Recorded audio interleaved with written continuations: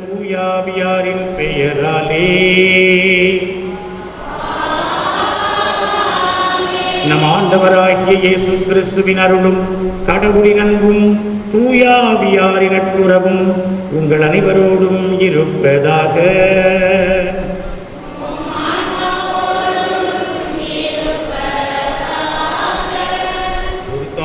ஆண்டின் 16ஆம் ஞாயிறு திருப்பலியில் பங்கேற்க ஆலயத்தின் குடும்பமாக இணைந்து வந்துள்ள அனைவருக்கும் இறை இயேசுவின் பெயரால் அன்பு வாழ்த்துக்கள்.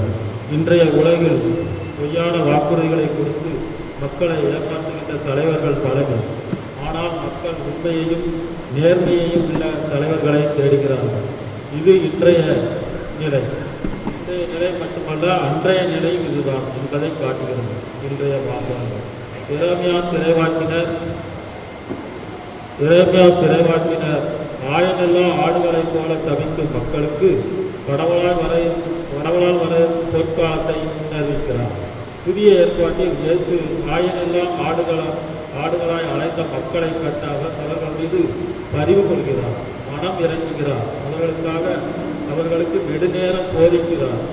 சிதறி போன ஆடுகளிடையே செல்லுங்கள் என்று சீடர்களுக்கு கட்டளையிடுகிறார். தனித்திருக்கு ஜெபிக்க கற்றுக் கொடுக்கிறார். ஆகவே நாமும் ஜெபத்தின் வழியே இந்த புதிய கொரோனா தொற்று நோயை நின்றிட இயேசுவின் பாதையில் பயணிப்போம். புதியதோர் வளமும் கொண்ட உலகத்தை படைக்கவும் இன்று நமது பங்கு தந்தையின் 5 ஆண்டு பணி நிறைவான சிறப்பான முறையில் இதுவரை வழிநடத்தி வந்த இறைவனுக்கு நன்றி கூறும் விதமாகவும் இந்த திருப்பலியிலே பங்கு பெற விற்சந்தை கோவில் சபை சார்பாக உங்களை அன்புடன் அழைக்கிறோம். இன்று ஒப்புக் கொடுக்கப்படும் கருத்துக்கள் சபையின் அங்கத்தினர் அனைவரையும் அவர்கள் குடும்பங்களையும் தத்தெடுத்துள்ள குடும்பங்களையும் இறைவு ஆசீர்வதிக்கவும் இச்சபையில் மரித்தவர்கள் ஆன்மாக்கள் நித்திய இளைப்பாற்றிடையும் ஒப்புக் கொடுக்கப்படுகிறது. திரு ஏர்னஸ் கெலினார் குடும்பத்திற்கு இறைவன் செய்த அனைத்து நன்மைகளுக்கு நன்றியாகவும் பிள்ளைகள் சேசாஸ்தின் விஸ்வாஸ், அலிசா ட்ரெஸா, ஜாஸ்பர் இவர்கள் எதிர்கால வாழ்வு சிறக்கவும் நினைத்த காரியங்கள் நடைபெறவும் செய்யும் தொழில் வளர்ச்சிக்காகவும் ஏடுசெட் நிறுவனத்தை இந்நாள் ஆசிரியருக்கு நன்றியாகவும் தொடர்ந்து நிறுவனத்தாரை இறைவன் ஆசிரியர்கள் நடத்த ஒப்புக் கொடுக்கப்படுகிறது.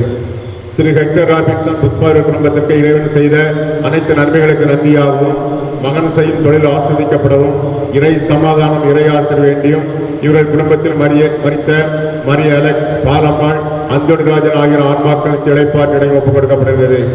திரு வில்லியம் இவர்கள் குடும்பத்திற்கு இறைவன் செய்த அனைத்து நன்மைகளுக்கு நன்றியாகவும் அனைவரின் உடல்நல நலங்கள் வேண்டியும் இன்று பிறந்த நாளை கொண்டாடும் மரியா பாபுவை இறைவனரை ஆசீர்வதிக்கவும் கல்வியிலும் ஞானத்திலும் இறைபக்தியில் சிறக்கவும் இறையாசிர் வேண்டியும் ஒப்புக் கொடுக்கப்படுகிறது. கிறிஸ்துக்குள் மரித்த சகோதரர் துரைசாமி அவர்களின் 16ஆம் ஆண்டு நினைவு நாளில் அன்னாரது ஆன்மா நித்திய இளைப்பாற்றிடையவும் மற்றவர்கள் குடும்பத்தில் மரித்த பாக்கியம் ஆன்மா நித்திய இளைப்பாற்றிடையவும் இவர் பிரிவால் வருந்துகின்ற மனைவி, மக்கள், மருமக்கள், பேரப்பிள்ளைகள் அனைவரையும் இறைவன் இரவு ஆஸ்வதித்து பாதுகாத்து வழிநடத்த ஒப்புக் கொடுக்கப்படுகிறது. திரு பால்ராஜ் குடும்பத்திற்கு இறைவன் செய்த அனைத்து நன்மைகளுக்கு நன்றியாகவும் பிள்ளைகள் எதிர்கால வாழ்வு சிறக்கவும் செய்யும் தொழில் சிறக்கவும் குடும்ப கருத்துக்கள் நிறைவேறவும் இறையாசிர் வேண்டியும் இவர்கள் குடும்பத்தில் மரித்த ஜான்சி பால்ராஜ் ஆன்மா நித்திய இளைப்பாற்றிடையும் ஒப்புக் கொடுக்கப்படுகிறது. உங்கள் அனைவரையும் ஞாயிறு திருப்பலி கொண்டாட வருகை என்று மிகுந்த அன்போடு வரவேற்கின்றேன். இன்று ஆண்டின் பொதுக்காலம் 16ஆம் ஞாயிறு.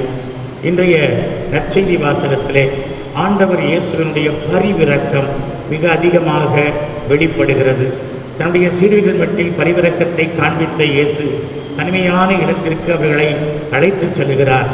ஆயரில்லா ஆடுகள் போல் மக்கள் இருந்தமையால் பெருந்திரளான மக்கள் இயேசுவை காண கலிலியா கடற்கரை ஓரத்தில் வந்து கூடினார்கள். ஆகவே அவர்களுக்கு தன்னுடைய நேரத்தை ஒதுக்கி வைத்துவிட்டு அவர்களுடைய நேரத்தை செலவழித்து அவர்களுக்கு பலவற்றை அவர் கற்பித்தார், பலவற்றை அவர்களுக்கு அறிவுறுத்தினார் என்று சொல்லி நாம் வாசிக்கின்றோம். ஆண்டவர் நமக்கு நல்ல ஆயராக இருக்கிறார், நல்ல ஆசிரியராக, நல்ல நண்பராக, நல்ல தலைவராக, நம்முடைய மீட்பராக நம் ஆண்டவர் இருப்பது நமக்கெல்லாம் பெருமை. அப்படிப்பட்ட ஆண்டவரிடமிருந்து நல்ல பண்புகளை நாமும் கற்றுக்கொள்வோம். நாமும் நல்ல ஆயராக, நாமும் நல்ல தலைவராக, நாமும் பரிவரக்கம் உள்ளவர்களாக வாழ இன்றைய திருப்பலியிலே இறையருள் இறைஞ்சுவது. உங்கள் பங்கு தந்தையாக இன்று கடைசியாக இந்த ஞாயிறு திருப்பலியை நிறைவேற்றுகின்றேன். இதை ஒரு நன்றி திருப்பலியாக நான் கொண்டாட விரும்புகின்றேன். அன்புமிக்கவர்களே, திருப்பாடல் ஆசிரியர் மிக அழகாக சொல்லுவார், ஆண்டவரே, இது எனக்கு செய்த அளவில்லாத நன்மைகளுக்கு நான் எப்படி கைமாறு செலுத்துவேன்? நான் எப்படி செலுத்த முடியும்? மீட்பின் கிண்ணத்தை கையில் ஏந்தி உமக்கு நன்றி செலுத்துவதுதான், உமக்கு பலி ஒப்பு கொடுப்பதுதான் நான் உமக்கு செலுத்துகிற மிகச்சிறந்த காணிக்கை, நன்றி என்று சொல்லுவார். அப்படி இந்த திருப்பலியை உங்களுடைய குடும்பங்களுக்காக, உங்களுடைய தொழிலுக்காக, உங்களுடைய பிள்ளைகளுக்காக, இந்த பங்கில் இயங்கும் அனைத்து அமைப்புகள், அனைத்து செயல்பாடுகளுக்காக நான் மீட்பின் கிண்ணத்தை கையில் எடுத்து ஆண்டவருக்கு நன்றி செலுத்துவேன். இதுவரையும் நம்மோடு இருந்த ஆண்டவர் தொடர்ந்து நம்மோடு இருந்து வழிநடத்த இத்திருப்பலியில இறையருளை நாம் இறைஞ்சுவோம். நாம் ஒப்புக் கொடுக்கும் இத்திருப்பலி எல்லாம் வல்ல தந்தையாகிய இறைவனுக்கு ஏற்றதாக அமைய நம்முடைய பாவங்கள் குற்றங்களை ஏற்று மனம் வருந்துவோம், மன்னிப்பை வேண்டுவோம். சொல்லாலும் செயலாலும் கடமையில் தவறியதாலும் பாவங்கள் பல செய்தேன். என் பாவமே, என் பாவமே, என் பெரும் பாவமே. ஆகையால் எப்பொழுதும் கன்னியான புனித மரியாவையும் வானதூதர் புனிதர் அனைவரையும் சகோதர சகோதரிகளே உங்களையும் நம் இறைவனாகிய ஆண்டவரிடம் எனக்காக வேண்டிக் கொள்ள மன்றாடுகிறேன். எல்லாம் வல்ல இறைவன் நம் மீது இரக்கம் வைத்து நம் பாவங்களை மன்னித்து நம்மை நிலை வாழ்வுக்கு அழைத்துச் செல்வாராக.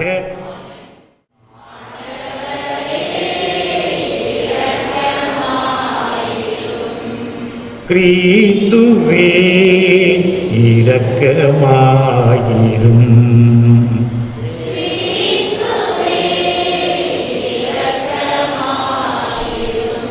ஆண்டவரே இரக்கமாயிரும்.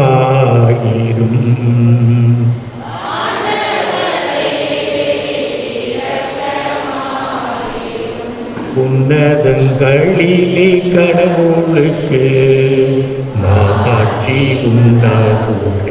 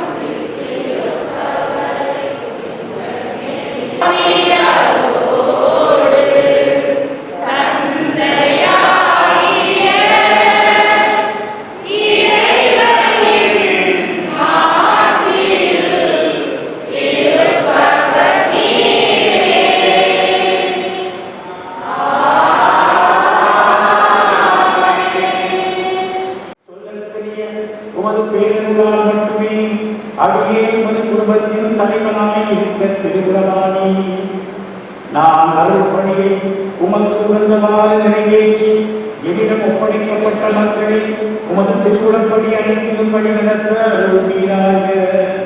உம்மோடு தூயாவியாரின் ஒன்றிப்பில் இறைவனாய் என்றென்றும் வாழ்ந்து ஆட்சி செய்கின்ற எங்கள் ஆண்டவரும் உம் அன்பு மகனுமாகிய இயேசு கிறிஸ்து வழியாக உம்மை மன்றாடுகின்றோம். நான் மேய்ப்பர்களை நியமிப்பேன். இறை வாக்கினர் எரேமியா நூலிலிருந்து வாசகம். அதிகாரம் 23.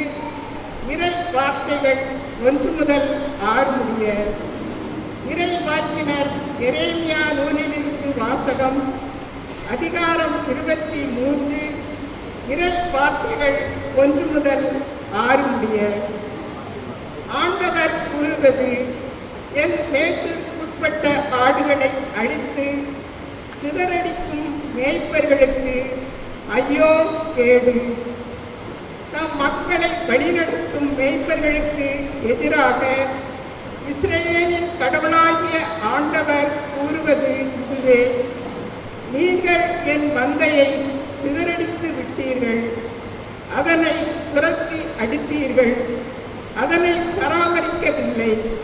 இதோ உங்கள் தீச்செயல்களின் காரணமாக உங்களை தண்டிக்கப் போகிறேன் என்கிறார் ஆண்டவர். என் மந்தையில் எஞ்சிருக்கும் ஆடுகளை நான் துரத்தி அடைத்த அனைத்து நாடுகளிலிருந்தும் கூட்டிச் சேர்த்து அவர்களுக்குரிய ஆட்டுப்பட்டிக்கு கொண்டு வருவேன். அவையும் கல்வி பெறும். அவற்றை பேணி காக்க நான் மேய்ப்பர்களை நியமிப்பேன். இனி அவை அச்சமுறா, திகில் உறா, காணாமலும் போகா என்கிறார் ஆண்டவர். ஆண்டவர் கூறுவது: இதோ நாள்கள் வருகின்றன, அப்போது நான் தாவீதுக்கு ஒரு நீதியுள்ள தளிர் தோன்ற செய்வேன். அவர் அரசராய் ஆட்சி செலுத்துவார். அவர் ஞானமுடன் செயல்படுவார். அவர் நாட்டில் நீதியையும் நேர்மையையும் நிலைநாட்டுவார். அவர்தம் நாள்களில் யூதா விடுதலை பெறும். இஸ்ரவேல் பாதுகாப்புடன் வாழும். யாவே சிற்கேனும். ஆண்டவரே நமது நீதி என்னும் பெயரால் இந்நகர் அழைக்கப்படும். ஆண்டவரின் அருள்வாக்கு. பதிலுரை பாடல். ஆண்டவரே என் நாயர், எனக்கு ஏதும் குறையில்லை.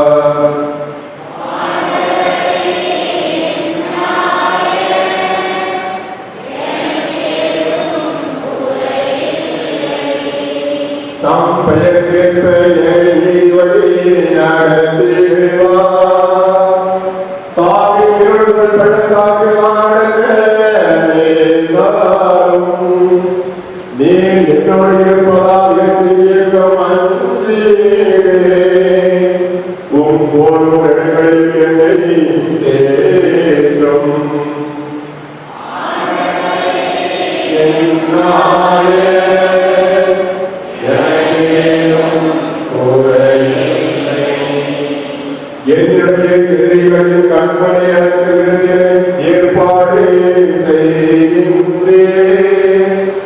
என் தலையில் அருணத்தையும் போசுகின்றேன். எனது பாத்திரம் நிரம்பி வழிகின்றது. எனது பாத்திரம் நிரம்பி வழிகின்றது.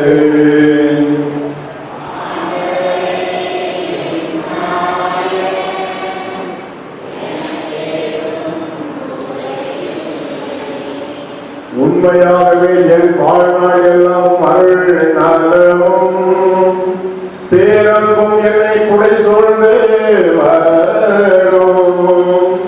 நானும் ஆண்டவரின் இல்லத்தில் நெடுநாள் வாழ்ந்திருப்பேன்.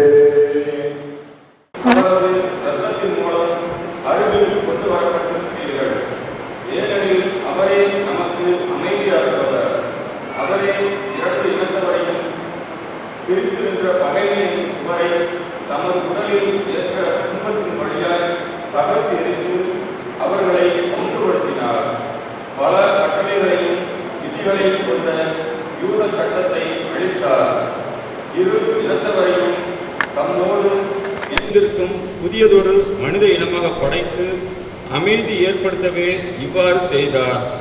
தாமே துன்புற்று பகைமையை அழித்தார். சிலுவையின் வழியாக இரு இனத்தவரையும் ஓருடலாக்கி கடவுளோடு ஒப்புரவாக்க இப்படி செய்தார். அவர் வந்து தொலைவில் இருந்த உங்களுக்கும் அருகில் இருந்த அவர்களுக்கும் அமைதியை நற்செய்தியாக அறிவித்தார். அவர் வழியாகவே இரு இனத்தவராகிய நாம் ஒரே தூய ஆவி மூலம் நம் தந்தையை அணுகும் பேறு பெற்றிருக்கிறோம். ஆண்டவரின் அருள்வாக்கு.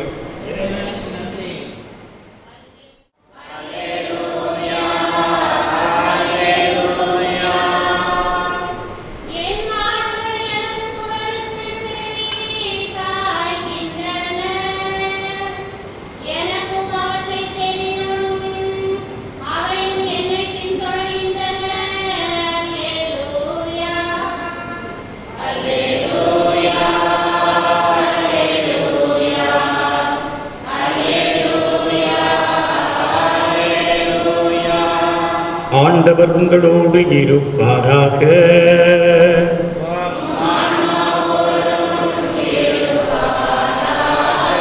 மார்க்கு எழுதிய தூய நற்செய்தியிலிருந்து வாசகம்.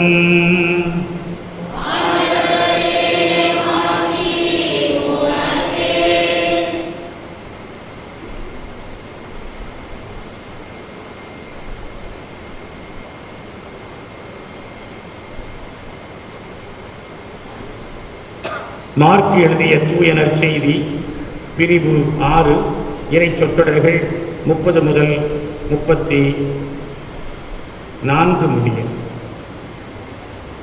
அக்காலத்தில் திருத்தூதர்கள் இயேசுவிடம் வந்து கூடி தாங்கள் செய்தவை கற்பித்தவையெல்லாம் அவருக்கு தெரிவித்தார்கள். இயேசு அவர்களிடம், நீங்கள் பாலை நிலத்திலுள்ள தனிமையான ஒரு இடத்துக்கு சென்று சற்று ஓய்வெடுங்கள் என்றார். ஏனெனில் பலர் வருவதும் போவதுமாய் இருந்ததால் உண்பதற்கு கூட அவர்களுக்கு நேரம் கிடைக்கவில்லை. அவ்வாறே அவர்கள் படகேறி பாலினத்தில் உள்ள தனிமையான ஒரு இடத்திற்கு சென்றார்கள். அவர்கள் புறப்பட்டு போவதை மக்கள் பார்த்தார்கள். பலர் அவர்களை இன்னார் என்று தெரிந்து கொண்டு எல்லா நகர்களிலிருந்தும் கால்நடையாகவே கூட்டமாய் ஓடி அவர்களுக்கு முன் அங்கு வந்து சேர்ந்தனர். அவர்கள் கரையில் இறங்கிய போது பெருந்திரளான மக்களை கண்டார். அவர்கள் ஆயரில்லா ஆடுகளைப் போல் இருந்ததால் அவர்கள் மீது பரிவு கொண்டு அவர்களுக்கு பலவற்றை கற்பித்தார். ஆண்டவரின் அருள்வாக்கு.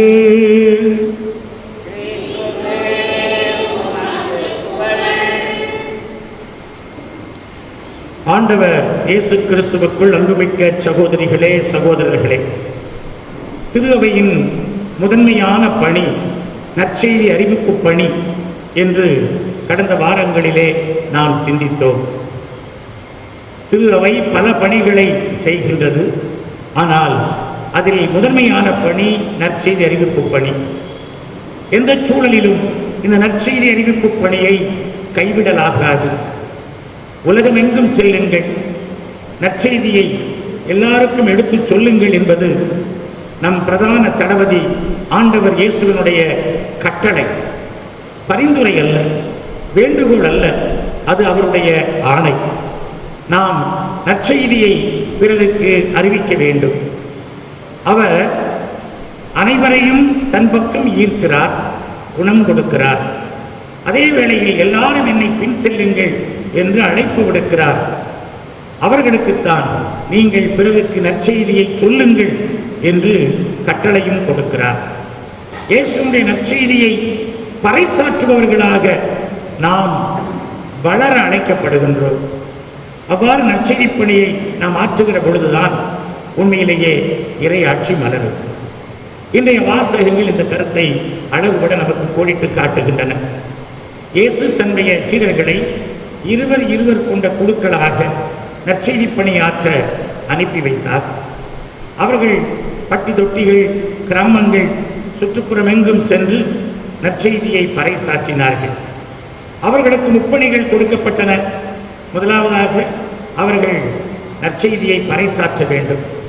அவர்கள் தீமைகளை வென்றெடுக்க வேண்டும். அவர்கள் இயேசுவோடு இணைந்திருக்க வேண்டும். ஆகவே அவர்கள் நற்செய்தி பணியை ஆற்றிவிட்டு பேய்களை விரட்டிவிட்டு மக்களிடத்திலே இருக்கிற பாவங்களை கடிந்து தீமைகளை அவர்கள் அடக்கிவிட்டு அவர்கள் இப்போது இயேசுவோடு இருக்க இப்பொழுது இயேசுவிடத்திலே வருகிறார்கள்.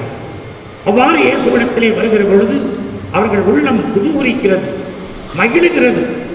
பள்ளிக்கு நாம் அனுப்புகிற சின்ன குழந்தை முதல் நாள் வகுப்புக்கு சென்று அங்கிருக்கிற மற்ற குழந்தைகளோடு அளவலாவி பேசி விளையாடி ஆசிரியை கற்றுக் கொடுக்கின்ற பாடல்கள், விளையாட்டுக்கள் இவைகளில் பங்கெடுத்து வீட்டுக்கு வருகிற பொழுது, அம்மா நான் அதை செய்தேன், இதை செய்தேன், அதை விளையாடினேன், இதை விளையாடினேன், இதை படித்தேன், இதை பாடினேன், இதை ஆடினேன், இதை எழுதினேன், எனக்கு இந்த பரிசு கிடைத்திருக்கிறது என்று சொல்லுகிற பொழுது அதனுடைய உள்ளம் எவ்வளவு மகிழ்ச்சியாக இருக்குமோ அதை போன்ற ஒரு மகிழ்ச்சியோடு சீடர்கள் இயேசுவிடத்திலே திரும்ப வருகின்றார்கள். ஆண்டவரே, இந்த ஊருக்கு நாங்கள் போனோம், ஆண்டவரே இந்த கிராமத்துக்கு நாங்கள் போனோம், இந்த கிராமத்திலே இப்படி இப்படி எல்லாம் நற்செய்தி பணிகளை நாங்கள் செய்தோம் என்று அவர்கள் உண்மையிலேயே உள்ளம் குதூகலித்தார்கள். நான் குருமானவராய் இருந்த காலத்தில் கழுகுமலை அப்படிங்கிற பங்கில அருட்தந்தை அமல்ராஜ் அவர்கள் பங்கு தந்தையாக இருந்த பொழுது அவரிடத்திலே படிப்படை பணியாற்றுவதற்காக 40 நாட்கள் சென்றிருந்தேன். அப்பொழுது அருட்தந்தை அமல்ராஜ் அவர்கள் என்னிடத்தில் இருந்த பையை, என்னிடத்தில் இருந்த பணத்தை, என்னிடத்தில் இருந்த ஆடைகளை வாங்கி தனியே வைத்துவிட்டு எனக்கு 2 செட்டு காவி உடை கையில் கொடுத்து, ஒரு 40 நாட்கள் எங்கள் பங்கில் உள்ள கிராமங்களுக்கு நீங்கள் போய் நற்செய்தி பணி அறிவித்துவிட்டு திரும்ப ஊருக்கு போகிற பொழுது, குருமடத்துக்கு போகிற பொழுது வாங்கி கொண்டு போங்கள் என்று சொல்லிவிட்டார். நான் அப்படியே ஏமாற்றம் அடைந்தேன். பாட்டு சொல்லிக் கொடுக்கிறதுக்கு பாட்டு வைத்திருக்கிறேன், ஜெபம் நடத்துவதற்கு ஜெபங்களை எழுதி வைத்திருக்கிறேன், பலவற்றை குறித்து வைத்திருக்கிறேன், மறைவுரை ஆற்றுவதற்கு கூட குறிப்புகள் வைத்திருக்கிறேன். அவர் என்னை பார்த்து இதை செய்ய சொல்லுகிறாரே, நான் எப்படி போய் ஆற்றுவது என்று எனக்கு பயங்கர தயக்கம் இருந்தது. ஒவ்வொரு ஊராக போக வேண்டும், சாப்பாடு கொடுத்தால் சாப்பிடலாம், இல்லை என்றால் பட்டினி தான், இல்லை என்றால் ஜெபிக்க வேண்டும், அப்பொழுது எங்களுக்கு சாப்பாடு கிடைக்கும். இதில் எங்களுக்கு கட்டளை என்னவென்றால், கிறிஸ்தவ ஊர்களுக்கு போகக்கூடாது, கிறிஸ்தவர்கள் வீடுகளுக்கு போகக்கூடாது, கிறிஸ்தவர் அல்லாத இடங்களுக்கு மட்டும்தான் போக வேண்டும், அந்த இடங்களில் தான் இரவு தங்கவும் வேண்டும். ஆகவே சத்திரங்கள், மற்ற கோயில் பிரகாரங்கள் இவைகளிலே தங்கிக் கொண்டு நற்செய்தி பணி ஆற்றிக்கொண்டு ஒரு 40 நாட்கள் என்னுடைய வாழ்க்கையில் பொன்னான நாட்கள். அந்த நாட்கள் மறக்கவே மறக்காது, இன்றைக்கும் பசுமையாக இருக்கிறது. அங்கே ஒரு சிறிய கிராமத்திற்கு நாங்கள் போயிருந்தோம். அந்த ஊரில் ஒரு கிறிஸ்தவர் கூட கிடையாது, இன்றைக்கு கோவில் இருக்கிறது. அன்றைக்கு நாங்கள் போட்ட விதை அது. அந்த ஊரிலே அண்ணன் தம்பி 2 பேருக்கு பயங்கர சண்டை. அந்த ஊரில் அவங்க தான் நாட்டாமை, அந்த ஊரில் அவங்க தான் பெரிய குடும்பத்தினர். அவர்கள் சண்டை போட்டதால் அந்த குடும்பம் அந்த ஊர் 2ஆக பிரிந்து கிடக்கிறது. நாங்கள் அந்த ஊரில் போய் பாடல் பாடி நற்செய்தி சொல்லிக் கொண்டு இருக்கின்றோம்.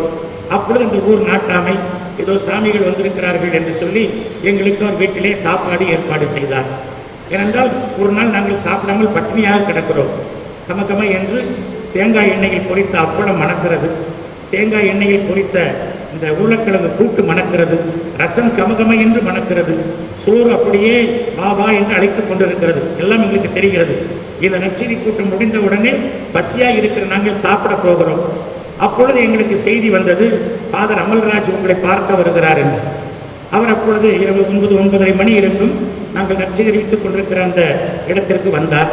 வந்த உடனே அந்த ஊர் மக்களை பார்த்து சொன்னார், ரொம்ப நல்லது, நீங்கள் எங்களை ரொம்ப அவமானப்படுத்தி விட்டீர்கள், ஆகவே உங்கள் ஊரில் தூசி தட்டிவிட்டு நாங்கள் வெளியே போகிறோம், உங்கள் ஊரில் சாப்பிட போவது இல்லை என்று அவர் சொன்னார். எனக்கு ரொம்ப வருத்தம், எங்களுக்கு எல்லாருக்கும் வருத்தம். ஏனென்றால் இவ்வளவு கஷ்டப்பட்டு ஜெபக்கூட்டத்தை நடத்தி சாப்பாடெல்லாம் பொங்க வச்சு இன்னைக்கு சாப்பிட்டுன்னு உட்கார்ந்துட்டு இருக்கிறோம்.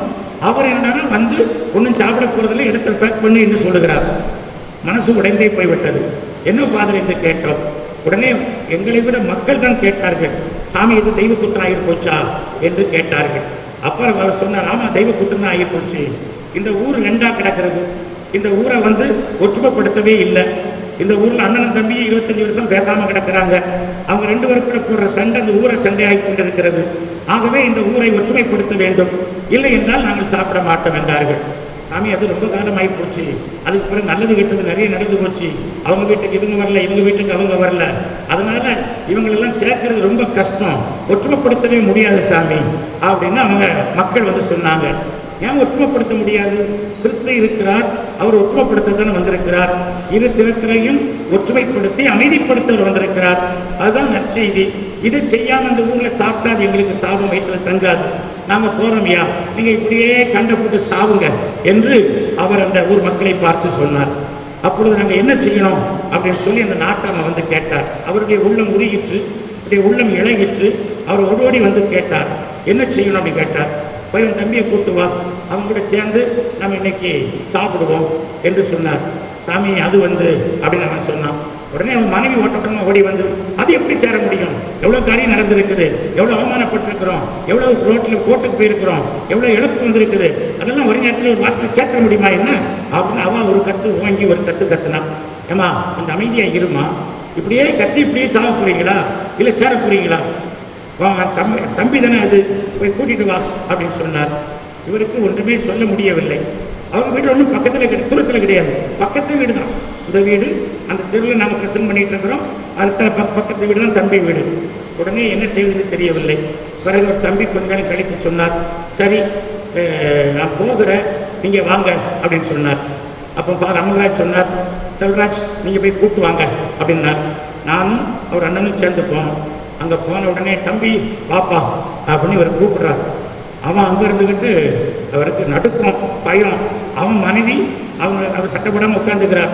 அவருக்கு வேர்த்து ஊத்துதுங்க நடக்கிறதெல்லாம் பார்த்து.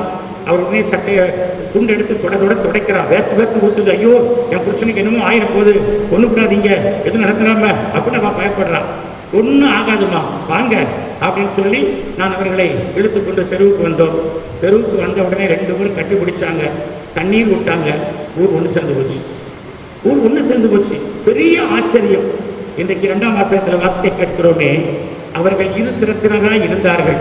ஆனால் அவர்களை ஆண்டவர் இயேசு தன்னுடைய இரத்தத்தினால் ஒரே இனத்தவர் ஆக்கினார். தொலைதூரத்தில் இருந்தவர்களையும் அருகில் இருந்தவர்களையும் ஒன்று சேர ஆண்டவர் சேர்த்தார் என்பதனை அன்றைக்கு நாங்கள் பார்த்தோம். அதன் பிறகு கோழி என்ன, முட்டை என்ன, எங்களுக்கு பிரமாதமான சாப்பாடு ஒரு புறம். அந்த ஊர் அன்று இணைந்தது. அதன் பிறகு அந்த ஊரில் கோயில் கட்டப்பட்டது. இன்றைக்கும் அந்த ஊரானது மிகச்சிறந்த ஒரு கிறிஸ்தவ ஊராக சான்று பகர்கிறது.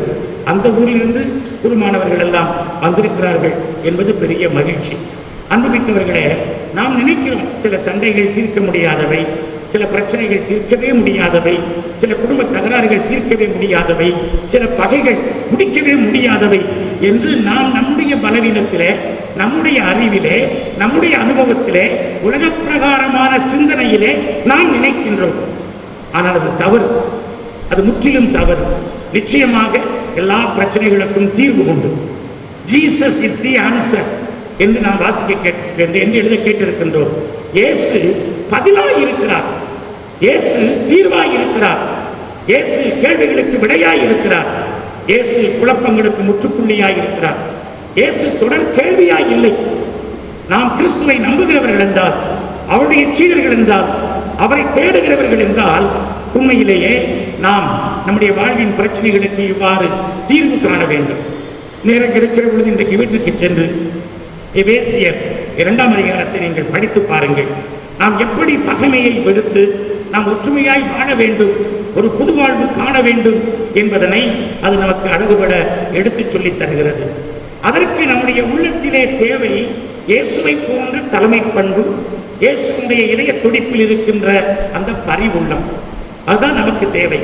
இதனை நாம் உள்ளத்தில் கொள்வோமே என்றால், அன்புமிக்கவர்களே, நம்முடைய வாழ்க்கையில் அமைதியும் ஒற்றுமையும் சமாதானமும் வெற்றியும் ஆசீரும் நிச்சயமாய் கரை புரண்டு ஓடும். இல்லை என்றால் நாம் நம்ம தலையில மண்ணவாரி போட்டுக்கொள்வோம், ஆண்டவருடைய தண்டனையை நாம் வாங்கி கட்டிக்கொள்வோம். அதைத்தான் இன்றைய வாசகங்கள் எச்சரிக்கையாகவும் சொல்லுகின்றன. இன்றைய முதல் வாசகம் அழகுபட சொல்லித் தருகிறது. நான் என் ஆயர்களுக்கு சொல்லுகிறேன், அவர்கள் ஆடுகளை சரியாக மேய்க்கவில்லை, ஆகவே நானே வருவேன். நான் வருகிற பொழுது நீதியின் தளிர் ஒன்று துளிர்க்கும் தாவீதின் மரபிலே, அப்பொழுது அங்கே புது வாழ்வு கிடைக்கும் என்று ஆண்டவர் சொல்லுகிறார். மந்தைகளை முறையாக மேய்க்காத ஆயர்களுக்கு அவர் எச்சரிக்கை விடுக்கிறார், தண்டனை கொடுப்பதாக ஆண்டவர் சொல்லுகிறார். ஆயர் என்றால் ஏதோ பிஷப்பு, ஆயர் என்றால் ஏதோ பாஸ்டரு, ஆயர் என்றால் ஏதோ பங்குசாமியர் என்றல்ல. நாம் ஒவ்வொருவரும் ஒரு ஆயர் தான். குடும்பத் தலைவர், குடும்பத் தலைவி, ஒரு இயக்கத்தில், ஒரு அமைப்பில் ஒரு தலைவர் என்றால் நாம் ஒவ்வொருவரும் ஒரு ஆயர் தான். உலக பிரகாரமான தலைவராக அல்ல, கடவுள் விரும்புகிற, ஆண்டவர் விரும்புகிற, இயேசுடைய வார்த்தை விரும்புகிற தலைவராக நாம் இருத்தல் வேண்டும். அப்படிப்பட்ட தலைவர்கள் தன்னலத்தை நாடக்கூடாது, தன் புகழை, தன் பெருமையை தேடக்கூடாது.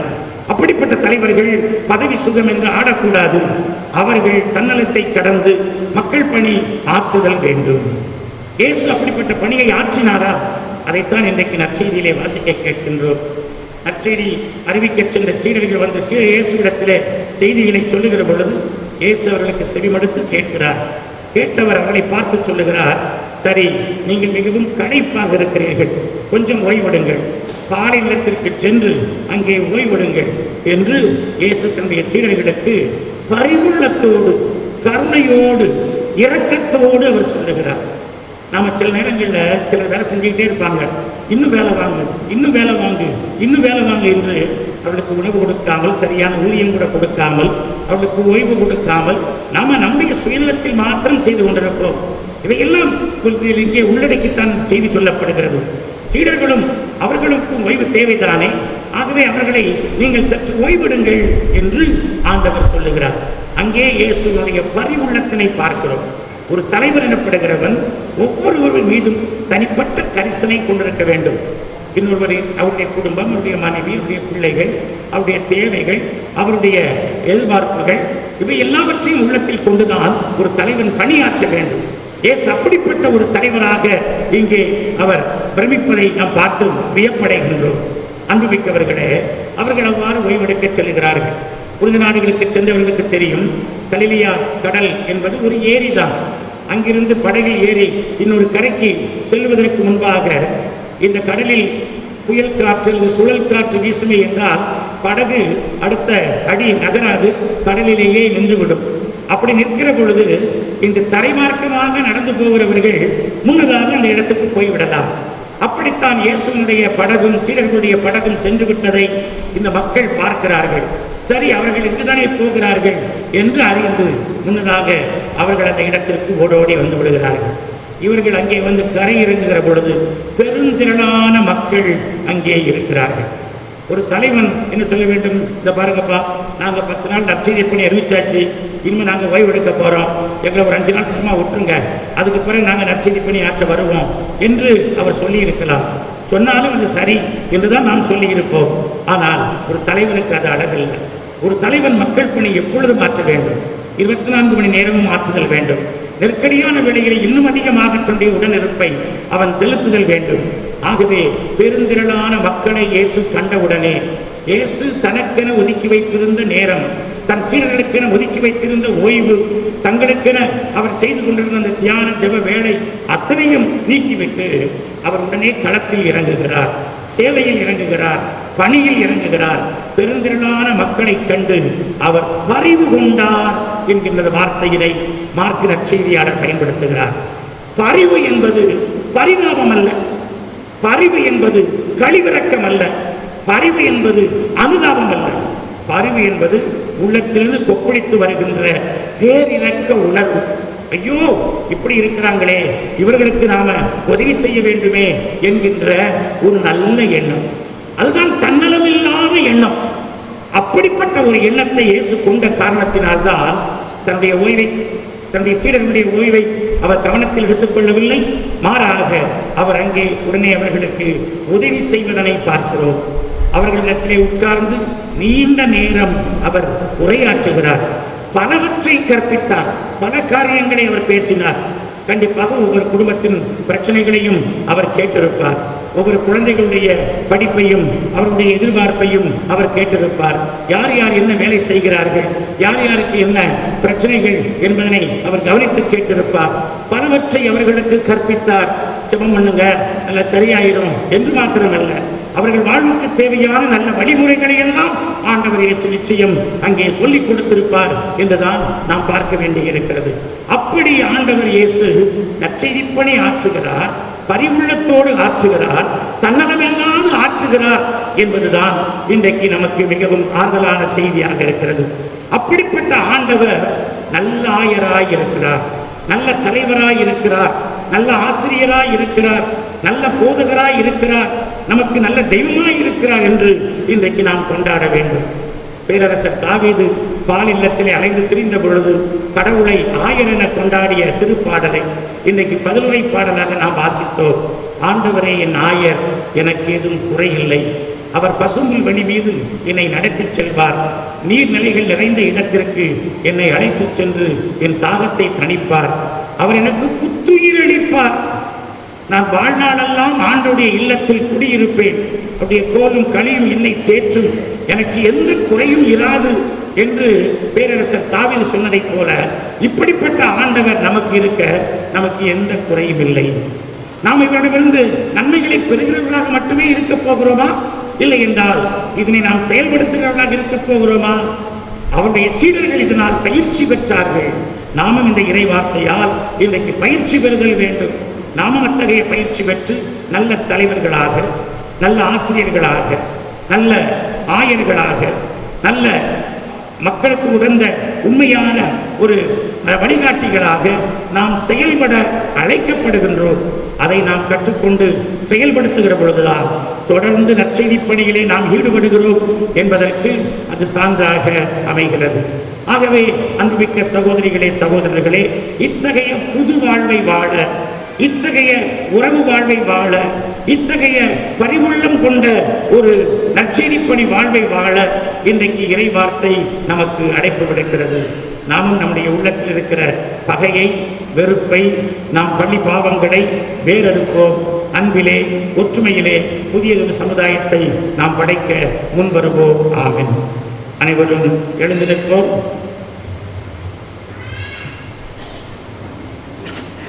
விண்ணகத்தையும் மண்ணகத்தையும் படைத்த எல்லாம் வல்ல தந்தையாகிய கடவுளை நம்புகிறீர்களா? அவருடைய ஒரே மகனும் கன்னிமரியாவிடமிருந்து பிறந்து பாடுபட்டு அடக்கம் செய்யப்பட்டு இறந்தோரிடமிருந்து உயிர் தெழுந்து தந்தை நிலப்புக்கு வீற்றிருக்கின்றவருமாகிய நம் ஆண்டவர் இயேசு கிறிஸ்துவை நம்புகிறீர்களா? தூய ஆவியாரையும் புனித கத்தோலிக்க திரு அவையையும் புனிதர்களுடைய சமூக உறவையும் பாவ மன்னிப்பையும் உடலின் உயிர்ப்பையும் நிலை வாழ்வையும் நம்புகின்றீர்களா? இதுவே நமது நம்பிக்கை. ஆண்டவருடைய நாளிலே இந்த பாஸ்கா நினைவை கொண்டாடுகிற ஞாயிற்றுக்கிழமையிலே இதை அறிக்கையிடுவதிலே நாம் மட்டில்லா மகிழ்ச்சி அடைகின்றோம். இப்பொழுது ஆண்டவர் இயேசுவை போன்ற நல்ல ஆயராக, தலைவராக, பரிவுள்ளம் கொண்டவர்களாக நாம் வாழ, நாம் வாழுகிற பகுதியிலே ஒற்றுமை அன்பின் கருவிகளாக நாம் செயல்பட இப்பொழுது இறையருள் வேண்டி மன்றாடுவோம். மன்றாட்டுகள். அன்பின் இறைவா, உன் அன்பு குழந்தைகளாகிய திரு அவையின் திருத்தந்தை, ஆயர்கள், புறவரத்தார் மற்றும் பொது நிலையினர் அனைவரும் இயேசுவின் அன்பு கட்டளையின் பொருள் உணர்ந்து அவரின் அன்பில் இறுதி வரை நிலைத்து நின்று பிறரை அன்பு செய்து வாழும் வரத்தை பொழியுமாறு இறைவா உண்மை மன்றாடுகின்றோம். உன் பணிக்கு எம்மை அழைத்த இறைவா, தேவ அழைத்தல் எந்த நிலையிலும் உண்டு என்பதை உணர்ந்து உம்முடைய பணியை செவ்வனே செய்யவும், எம் தாய்நாட்டிலிருந்து உம் சேவைக்காய் வெளிநாடுகளில் உள்ளவர்கள் ஆயனின் பணிகளை சிறப்புடன் செய்திட நல்ல மனதையும் உடல் நலத்தையும் கொடிய தொற்று நோயிலிருந்து பாதுகாப்பையும் உம்மேல் உறுதியான நம்பிக்கையுடன் அருள் பணிகளை செய்திட வேண்டுமென்று இறைவா உம்மை மன்றாடுகின்றோம்.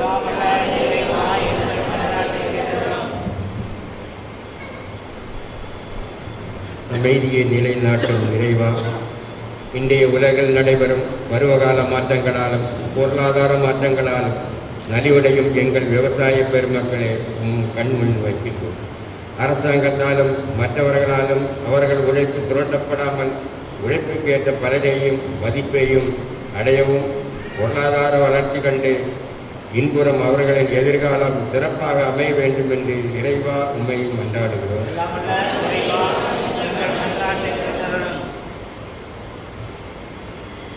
எங்களை வழிநடத்தும் இறைவா, நாங்கள் தூயவராகவே வாழவே அழைக்கப்பட்டிருக்கிறோம். இதுவே எங்களுக்கு உமது திருவுளம் என்பதை திருத்தூதர் பவுல் வழியாக எங்களுக்கு எடுத்துரைத்தீரே. நாங்கள் தூயவராக வாழ்ந்து உமது திருவுளத்தை நிறைவேற்ற எங்களுக்கு தூயதொரு உள்ளத்தை பெற ஆவியாரின் கொடைகளை பொழிய வேண்டும் என்று இறைவா உம்மை மன்றாடுகிறோம். எல்லாம் வல்ல இறைவா, எங்கள் மன்றாட்டை கேட்டருளும். இன்றுமான பேரன்பே மூவர் இறைவா, 5 ஆண்டுகளாய் உமக்கான பேரன்புடன் எங்களுக்கு பங்கு அருட்பணியாளராக அருமையாக சேவை செய்துள்ள உமக்கான அன்புள்ள முனைவர் ஜோமிக்ஸ் அடிகளாருக்காக உமக்கு நன்றிகள் பல. தற்போது எம் பங்கிலிருந்து மாற்றலாகியுள்ள அருட்பணியாளர் முனைவர் ஜோமிக்ஸ் அடிகளார் எங்கிருந்தாலும் உமக்கான பிரமாணிக்கமான பிரதிநிதியாக பேரானந்தமாய் உமக்கும் மக்களுக்கும் சேவை செய்திட வேண்டிய நல்ல உடல் உள்ள ஆன்ம நலன்களால் அவரை நிரப்ப வேண்டும் என ஒரே மூறு பேரன்பே இறைவா உண்மை கெஞ்சி இறைஞ்சி மன்றாடுகிறோம். எல்லாம் உள்ள இறைவா எங்கள் மன்றாட்டை கேட்டருளும். நம்முடைய தனிப்பட்ட விண்ணப்பங்களை ஆண்டவரிடத்தில் மௌனமாக எடுத்துச் சொல்வோம். அன்பு தந்தையை இறைவா, உலகிலே மக்களை வழிநடத்துகிற தலைவர்கள் சரியாக அவர்களை வழிநடத்தாத பொழுது நீரே குறுக்கிட்டு நல்ல ஆயர்களை தலைவர்களை அனுப்புகிறீரே, ஆயர்களை திருத்துகிறீரே. அதற்காக நாங்கள் உமக்கு நன்றி செலுத்துகிறோம். நாங்களும் எங்களுடைய அழைப்பு வாழ்க்கையிலே பல நேரங்களில் தோற்றிருக்கிறோம், சறுக்கி இருக்கிறோம், பின்வாங்கி இருக்கிறோம். அவற்றுக்காக உம்மிடத்திலே மன்னிப்பை வேண்டுகிறோம். உம்முடைய இறை வார்த்தை எங்களை சரி செய்ய இன்றைக்கு அழைப்பு விடுக்கிறது. உம் திருமகன் இயேசுவினுடைய எடுத்துக்காட்டுகளை முன்மாதிரியை பின்பற்ற அது எங்களுக்கு அறைகூவல் விடுக்கின்றது. நாங்கள் இவ்வாறு உம் திருமகன் இயேசு எவ்வாறு ஒரு நல்ல ஆயராக பரிவுள்ளம் கொண்டவராக விளங்கினாரோ, தொலைதூரத்திலும் அருகிலும் இருந்த இருவேறு இனத்தவரை ஒற்றுமைப்படுத்தினாரோ, அமைதி ஒற்றுமையிலே அவர்களை வழிநடத்தினாரோ, அதற்காக தன்னுடைய சொந்த இரத்தத்தை சிந்தி தியாகம் செய்தாரோ, அவருடைய எடுத்துக்காட்டை எங்கள் உள்ளத்தில் கொள்வோமாக. நாங்கள் ஒவ்வொருவரும் எங்கள் குடும்பத்திலே, சமூகத்திலே, அன்பியங்களிலே, பணி செய்கிற இடங்களிலே தலைவர்களாக பரிபலிக்க அழைக்கப்படுகின்றோம். அப்பொழுதெல்லாம் நல்லாயனாம் இயேசு எங்களுக்கு துணை நிற்பாராக. இயேசுவினுடைய இந்த நல்லாயனுக்குரிய பண்புகள் எங்கள் வாழ்வில் இருப்பனவாக. நாங்கள் அமைதி ஒற்றுமையை விரும்புகிறவர்களாக, சமாதானத்தின் தூதுவர்களாக செயல்பட எங்களுக்கு அருள் தருவீராக. உள்ளத்தின் ஆழத்தில் நம்முடைய மக்கள் நோக்கி எழுப்புகிற விண்ணப்பங்களுக்கு தயவாய் செவி சாய்த்திருளும். ஆண்டவரே, நீர் ஆயிரில்லா ஆடுகள் போல் மக்கள் இருந்தமையால் அவர்கள் மீது பரிவு கொண்டு நீண்ட நேரம் அவர்களுக்கு கற்பித்தீர் என்று வாசிக்கின்றோமே. ஒவ்வொரு உள்ளத்தையும் ஒவ்வொரு குடும்பத்தையும் ஊர்துவி பார்த்திருளும். ஒவ்வொருடைய மன்றாட்டுக்கள், பொருத்தனைகள், நேர்ச்சைகள், விண்ணப்பங்கள் இவைகளுக்கு நீர் செவி சாய்த்தருளும், மனம் இறங்கியருளும். குடும்பங்களுக்கு தேவையான நல்ல அறிவுரைகளை நீர் கற்பித்தருளும். நாங்கள் உம்முடைய அன்பிலே இறையாட்சியின் குடும்பமாக விளங்க எங்களுக்கு அருள் தாரும். எங்கள் தேவைகளை சந்தித்தருளும். உடலிலும் உள்ளத்திலும் நலமோடு நாங்கள் வாழச் செய்தருளும். உறவிலும் தொழிலிலும் நாங்கள் முன்னேற எங்களுக்கு உம்முடைய அருள் தந்து வழி நடத்தும். எங்கள் இதயத்தையும் திருமகன் இயேசு ஆட்கொள்வாராக. எங்கள் இல்லத்தின் தலைவராக அவரை ஆளுகை செய்வாராக. எங்களை உம்முடைய சமூகத்திலே மீண்டும் ஒப்புக் கொடுக்கின்றோம். உம்முடைய இறை வார்த்தை எங்களுக்கு தருகிற திருத்தங்களை உள்ளத்தில் ஏற்று அதன்படி நடக்க எங்களுக்கு அருள் தந்து வழி நடத்த வேண்டும் என்று எங்கள் ஆண்டவராகிய இயேசுவின் திருப்பெயரில் கெஞ்சி மன்றாடுகின்றோம். ஆமென்.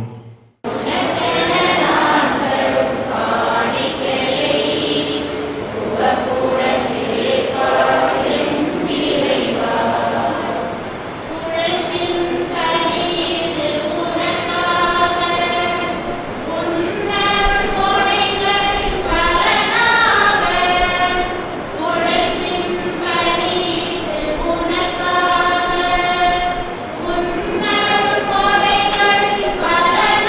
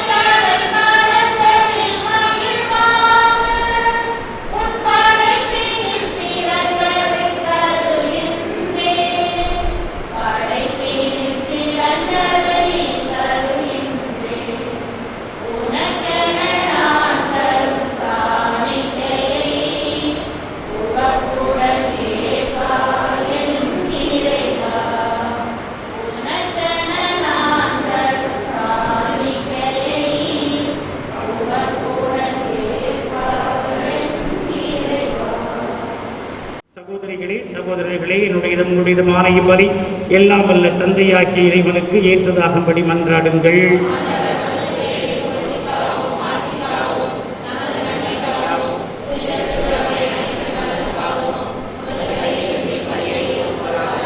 ஆண்டவரே, நீர் எங்களுக்கு அளித்த கொடைகளுக்காக இப்புகழ்ச்சி பலியை உமக்கு காணிக்கையாக படைத்து உம்மை பணிவுடன் வேண்டுகின்றோம். அதனால் எங்களுடைய தகுதியின்மையை பாராமல் நீர் எங்களுக்கு அளித்தவற்றையே உமது பெயரின் மாட்சிக்காக நாங்கள் மீண்டும் கையளிக்கச் செய்தருள்வீராக.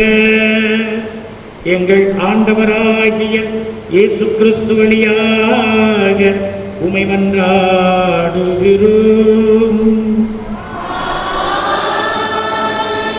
ஆண்டவர் உங்களோடு இருப்பாராக.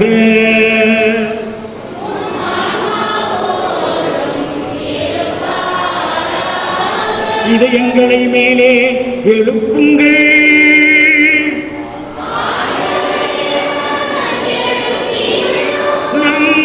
இறைவனாகிய ஆண்டவருக்கு நன்றி கூறுவோம்.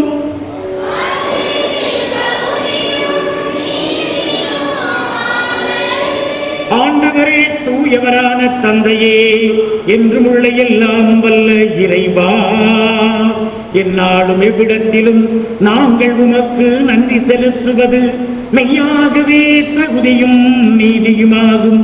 எங்கள் கடமையும் மீட்புக்கு உரிய செயலுமாகும்.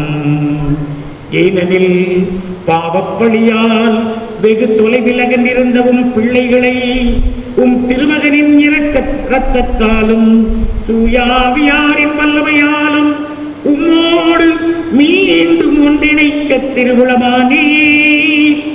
இவ்வாறு மக்கள் மூவொரு கடவுளின் ஒன்றிப்பால் ஒருங்கிணைக்கப்பட்டு கிறிஸ்துவின் உடலும் தூயாவியாரின் கோவிலுமான திரு அவையாக திகழச் செய்தீர். இதனால் பல்வகையில் வெளிப்படும் உமது ஞானத்தை புகழச் செய்தீர். ஆகவே இறைவா, வானதூதரணிகளோடு ஒன்று சேர்ந்து நாங்களும் உம்மை புகழ்ந்தேத்தி மகிழ்ச்சியுடன் அறிக்கையிட்டு ஆர்ப்பரித்து பாடுவதாவது: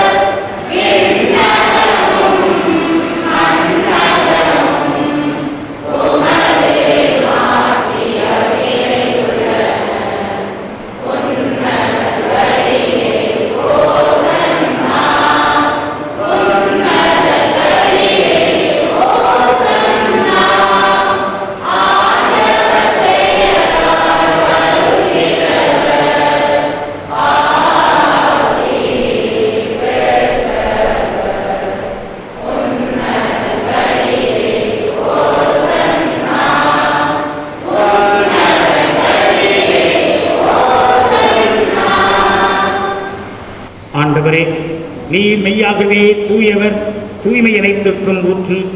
ஆகவே உம்முடைய ஆவியை பொழிந்து இக்காணிக்கைகளை தூய்மைப்படுத்த உம்மை வேண்டுகின்றோம். இவ்வாறு எங்கள் ஆண்டவர் இயேசு கிறிஸ்துவின் உடலும் இரத்தமுமாக எங்களுக்கு இவை மாறுவனவாக. அவர் பாடுபட உடன்கணிந்து தம்மை கையளித்த போது அப்பத்தை எடுத்து நன்றி செலுத்தி அதை பிட்டு தம் சீடர்களுக்கு அளித்து கூறியதாவது: அனைவரும் இதிலிருந்து பெற்று உண்ணுங்கள், ஏனெனில் இது உங்களுக்காக கையளிக்கப்படும் என் உடல்.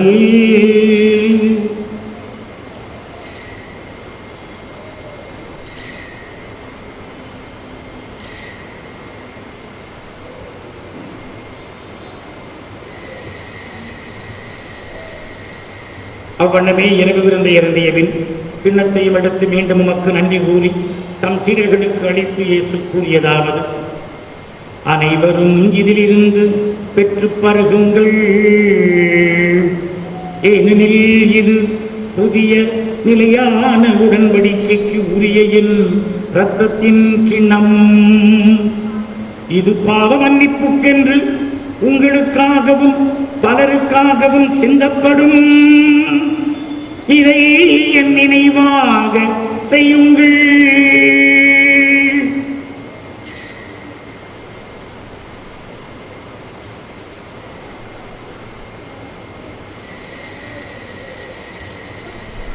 நம்பிக்கையின் மறைபொருள்.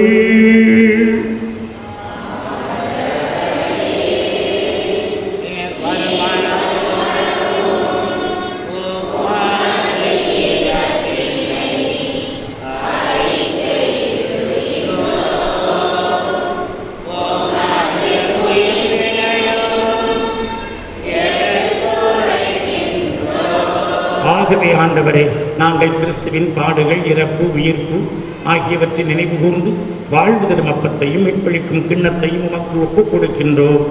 உம் திருமணம் உமக்கு ஊழியம் புரிய தகுந்தவர்கள் என தகுதியற்று எங்களை தேர்ந்து கொண்டேன். உள்ளத்தின் ஆழத்திலிருந்து உமக்கு நாங்கள் நன்றி செலுத்துகின்றோம். ஆண்டவரை உலகெங்கும் பறந்து விரிந்துள்ள ஒரு திரு அவை, எங்கள் திருத்தந்தை பிரான்சிஸ், எங்கள் ஆயர் அந்தோணி சாமி, ஏனைய ஆயர்கள், திருநிலையினர் ஆகிய அனைவரோடு எங்களையும் நினைவு கூர்ந்து அன்பில் நிறைவு பெறச் செய்யும். எங்கள் அனைவர் மீதும் இரக்கமாயிரும். உயிர்த்தெழும் எதிர்நோக்குடன் துயில் கொள்ளும் எங்கள் சகோதர சகோதரிகளுக்கு நிலைவாழ்வு வழங்கியருளும். கடவுளின் கன்னித்தாயான புனித மரியா, உடைய கணவரான புனித யோசேப்பு, புனித திருத்தூதர்கள், இவ்வுலகிலும் புகழ்ந்தவராய் வாழ்ந்த புனிதராகிய அனைவருடனும் நாங்கள் நிலைவாழ்வில் பங்கு கொள்ளும் தகுதி பெற்று உம் அன்பு மகன் இயேசு கிறிஸ்து வழியாக உம்மை புகழ்ந்தேத்தும் வரமருள உம்மை மன்றாடுகின்றோம்.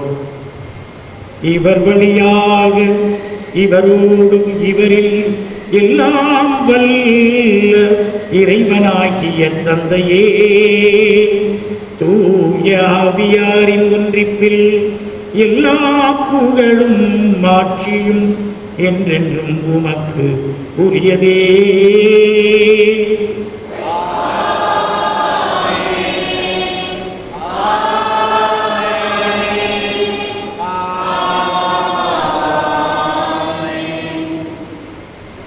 வார்த்தைகளில் மன்றாடுவோம்.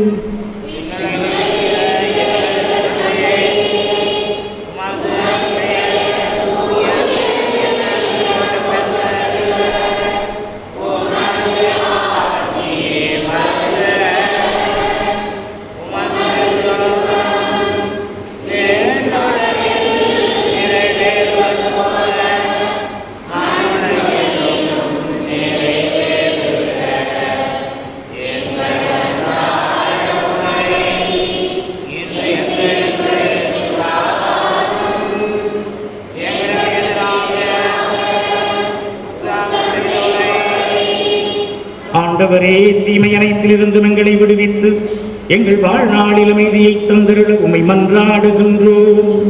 உமது பேரிரக்கத்தின் உதவியால் நாங்கள் பாவத்திலிருந்து எப்போதும் விடுதலை பெற்று யாதொரு கலக்கமும் இன்றி நலமாயிருப்போமாக.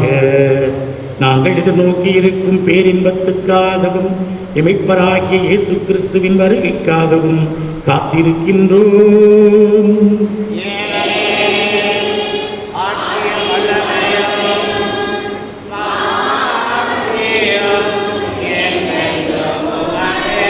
ஆண்டவரே இயேசு கிறிஸ்துவே, அமைதியை உங்களுக்கு விட்டுச் செல்கின்றேன், என் அமைதியையே உங்களுக்கு அளிக்கின்றேன் என்று உம் திருத்தூதர்களுக்கு மொழிந்தீரே. எங்கள் பாவங்களை பாராமல் உமது திரு அவையின் நம்பிக்கையையே கண்ணோக்கி உமது திருக்குலத்துக்கு ஏற்பதற்கு அமைதியையும் ஒற்றுமையையும் தந்தருள்வீராக. என்றென்றும் வாழ்ந்து ஆட்சி செய்கின்றவர் நீரே.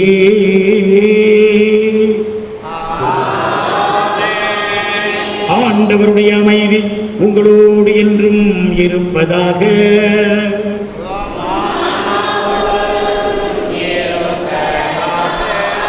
ஒருவருக்கொருவர் கிறிஸ்து வழங்கும் அமைதியை பகிர்ந்து மகிழ்வோம். உங்களுக்கு அமைதி உரித்தாகுக.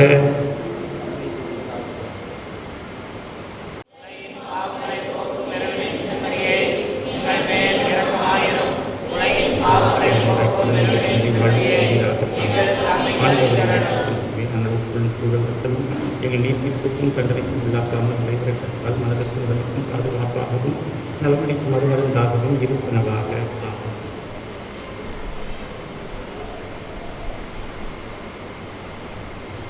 இதோ இறைவனின் செம்மறி, இதோ உலகின் பாவங்களை போக்குபவர். செம்மறியின் விருந்துக்கு அழைக்கப் பெற்றோர் பேறு பெற்றோர். கிறிஸ்துவின் திருவுடல் திருரத்தம் நம்மை காத்து நிலை வாழ்வழிப்பனவாக. ஆண்டவர் எத்துணை இனியவர் என்று சுவைத்து பாருங்கள்.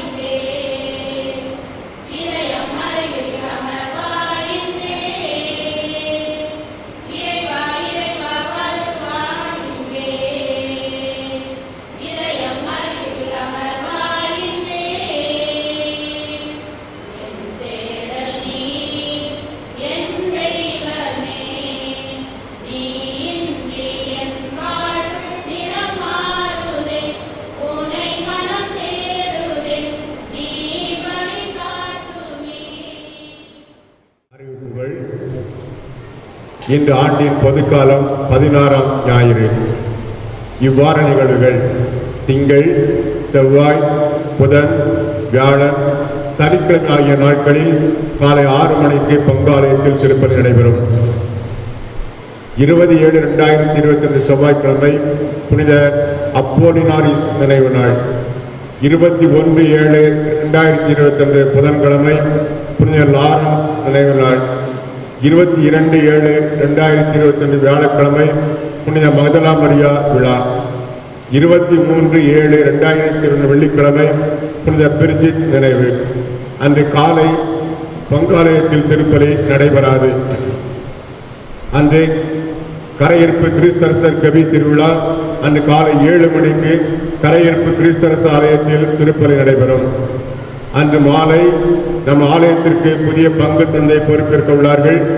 அன்று மாலை 6:15 மணிக்கு ஆலயத்தின் முகப்பில் ஆட்சியிலிருந்து புதிய பங்கு தந்தையை வரவேற்று 6:30 மணிக்கு முதல் திருப்பலி நிறைவேற்றுவார்.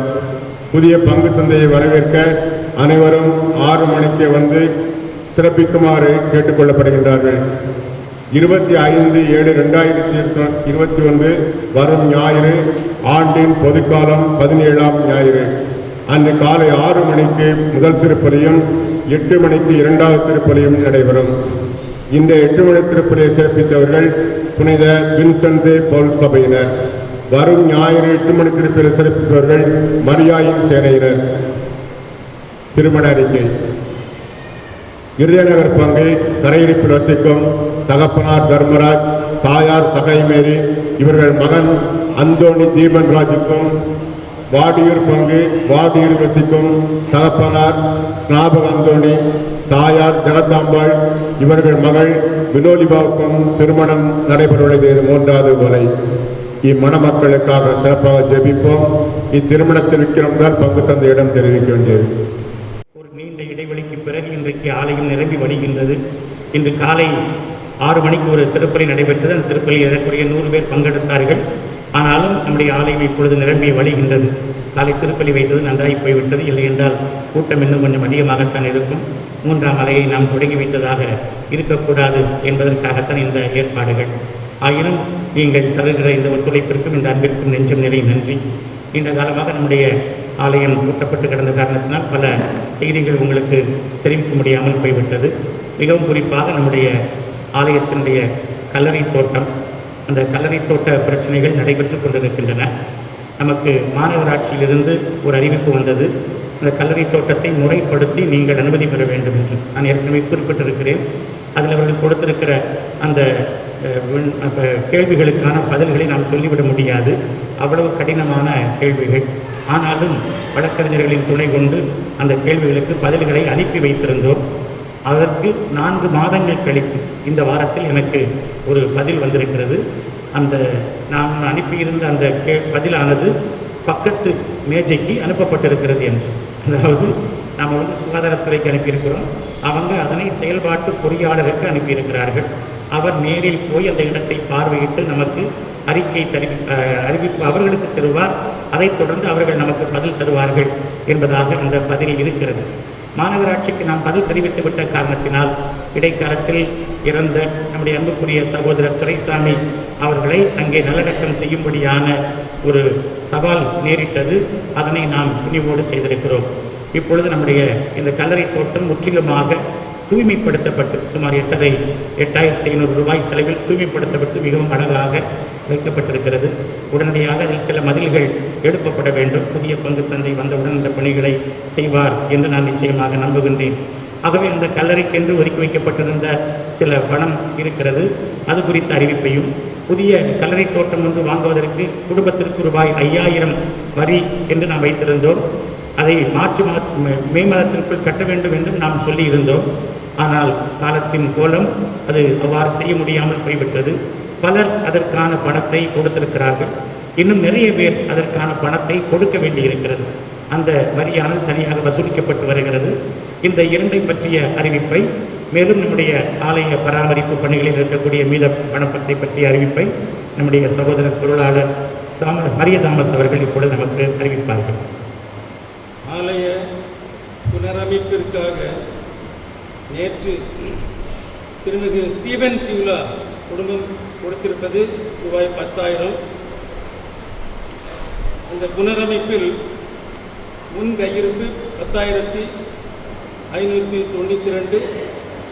தற்போது அவர்கள் கொடுத்த 10,000 சேர்த்து 20,592 ரூபாய். அந்த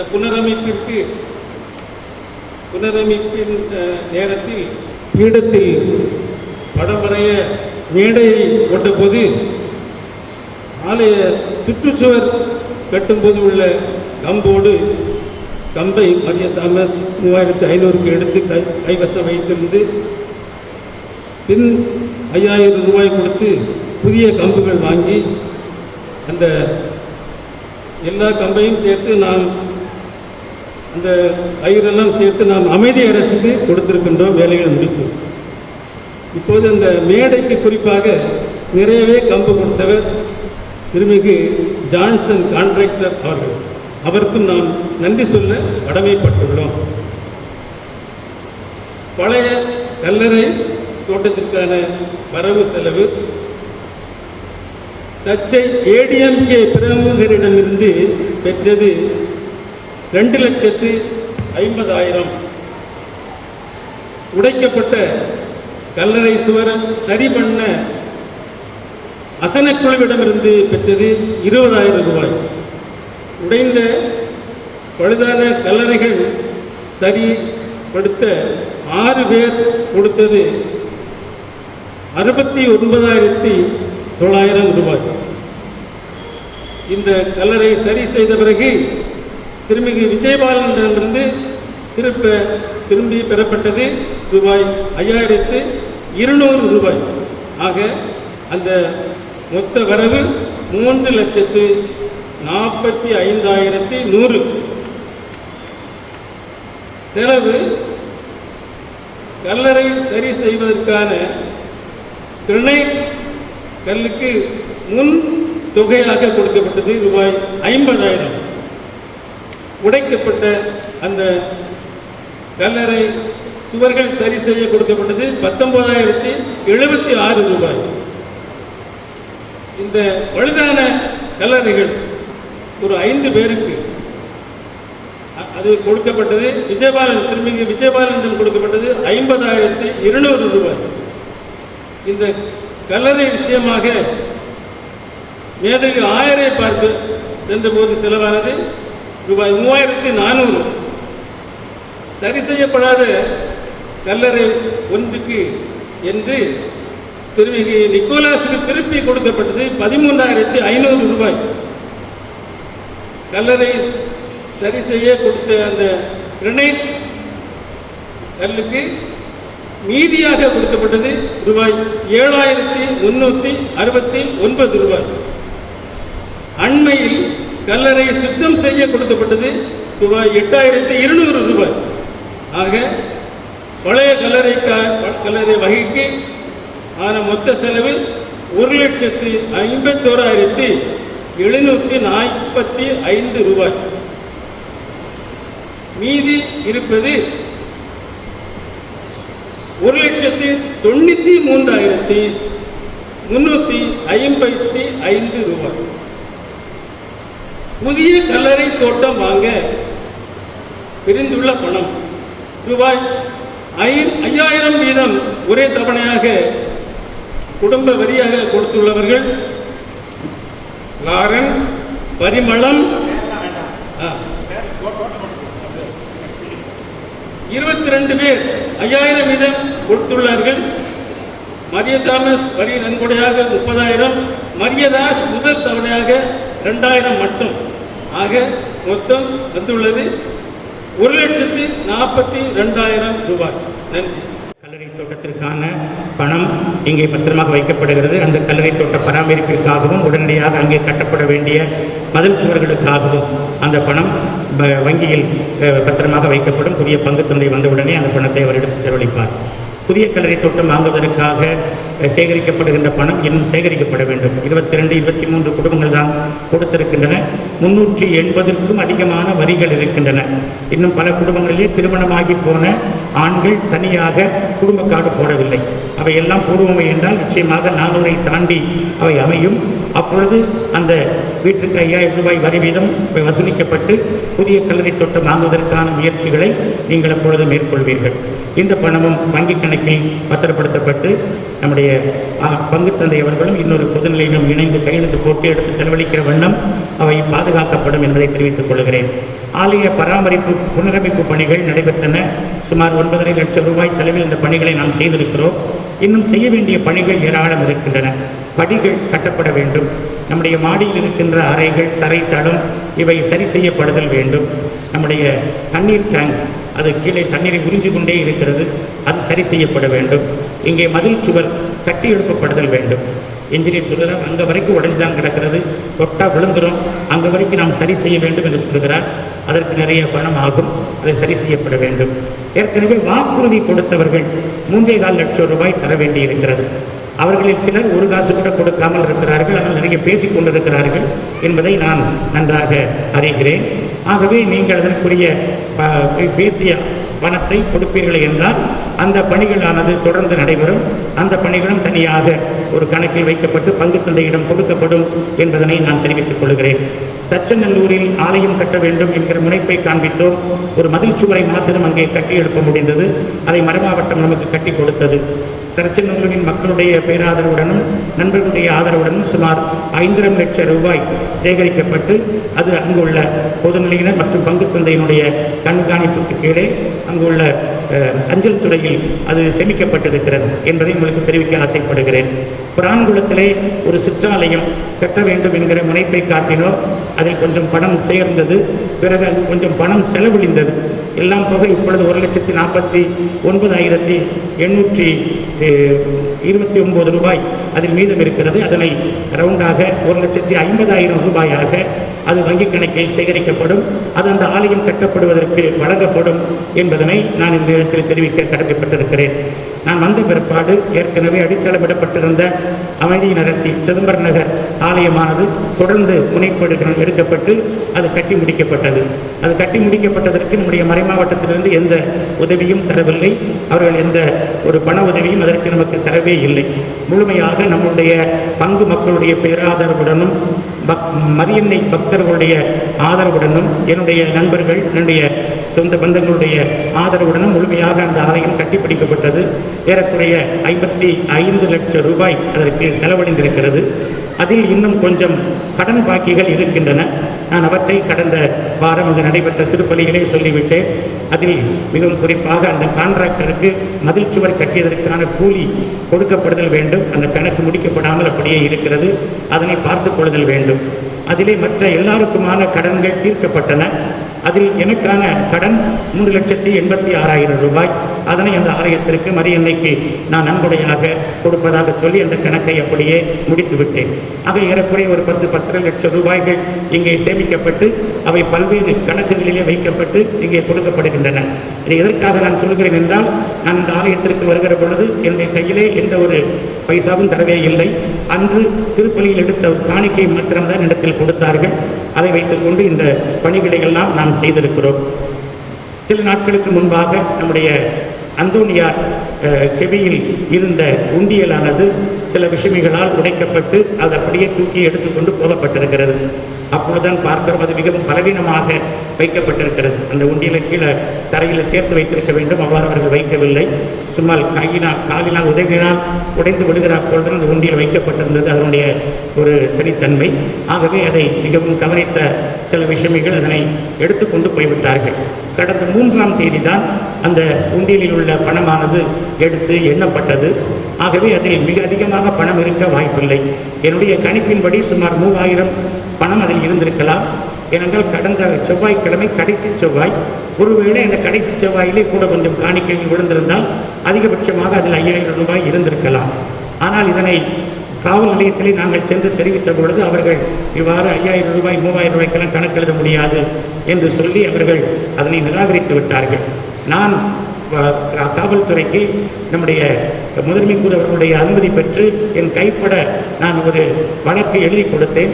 அவர்கள் உங்கள் பங்குக்குறு கொடுக்கிற வழக்கை எடுத்துக்கொள்ள முடியாது என்று சொல்லி அங்கிருந்து என் சார்பாக சென்றிருந்த ஆனேஸ் மரிய தாமஸ் அவர்களை வைத்துக்கொண்டு பிறகு ஆலய பணியாளர்கள் நம்முடைய அமல்ராஜ், நம்முடைய உபதேசியார் இருதயம் இவர்களை அழைத்து அவர்கள் பெயரில் ஒரு குற்றச்சாட்டையும் அவர்களை சாட்சிகளாகவும் சேர்த்து எழுதி கொண்டார்கள். அதில் புதிய கரடி விட்டிருக்கிறார்கள். அது போலீஸ்காரர்கள் செய்து கொண்ட ஒரு தவறான செய்தி.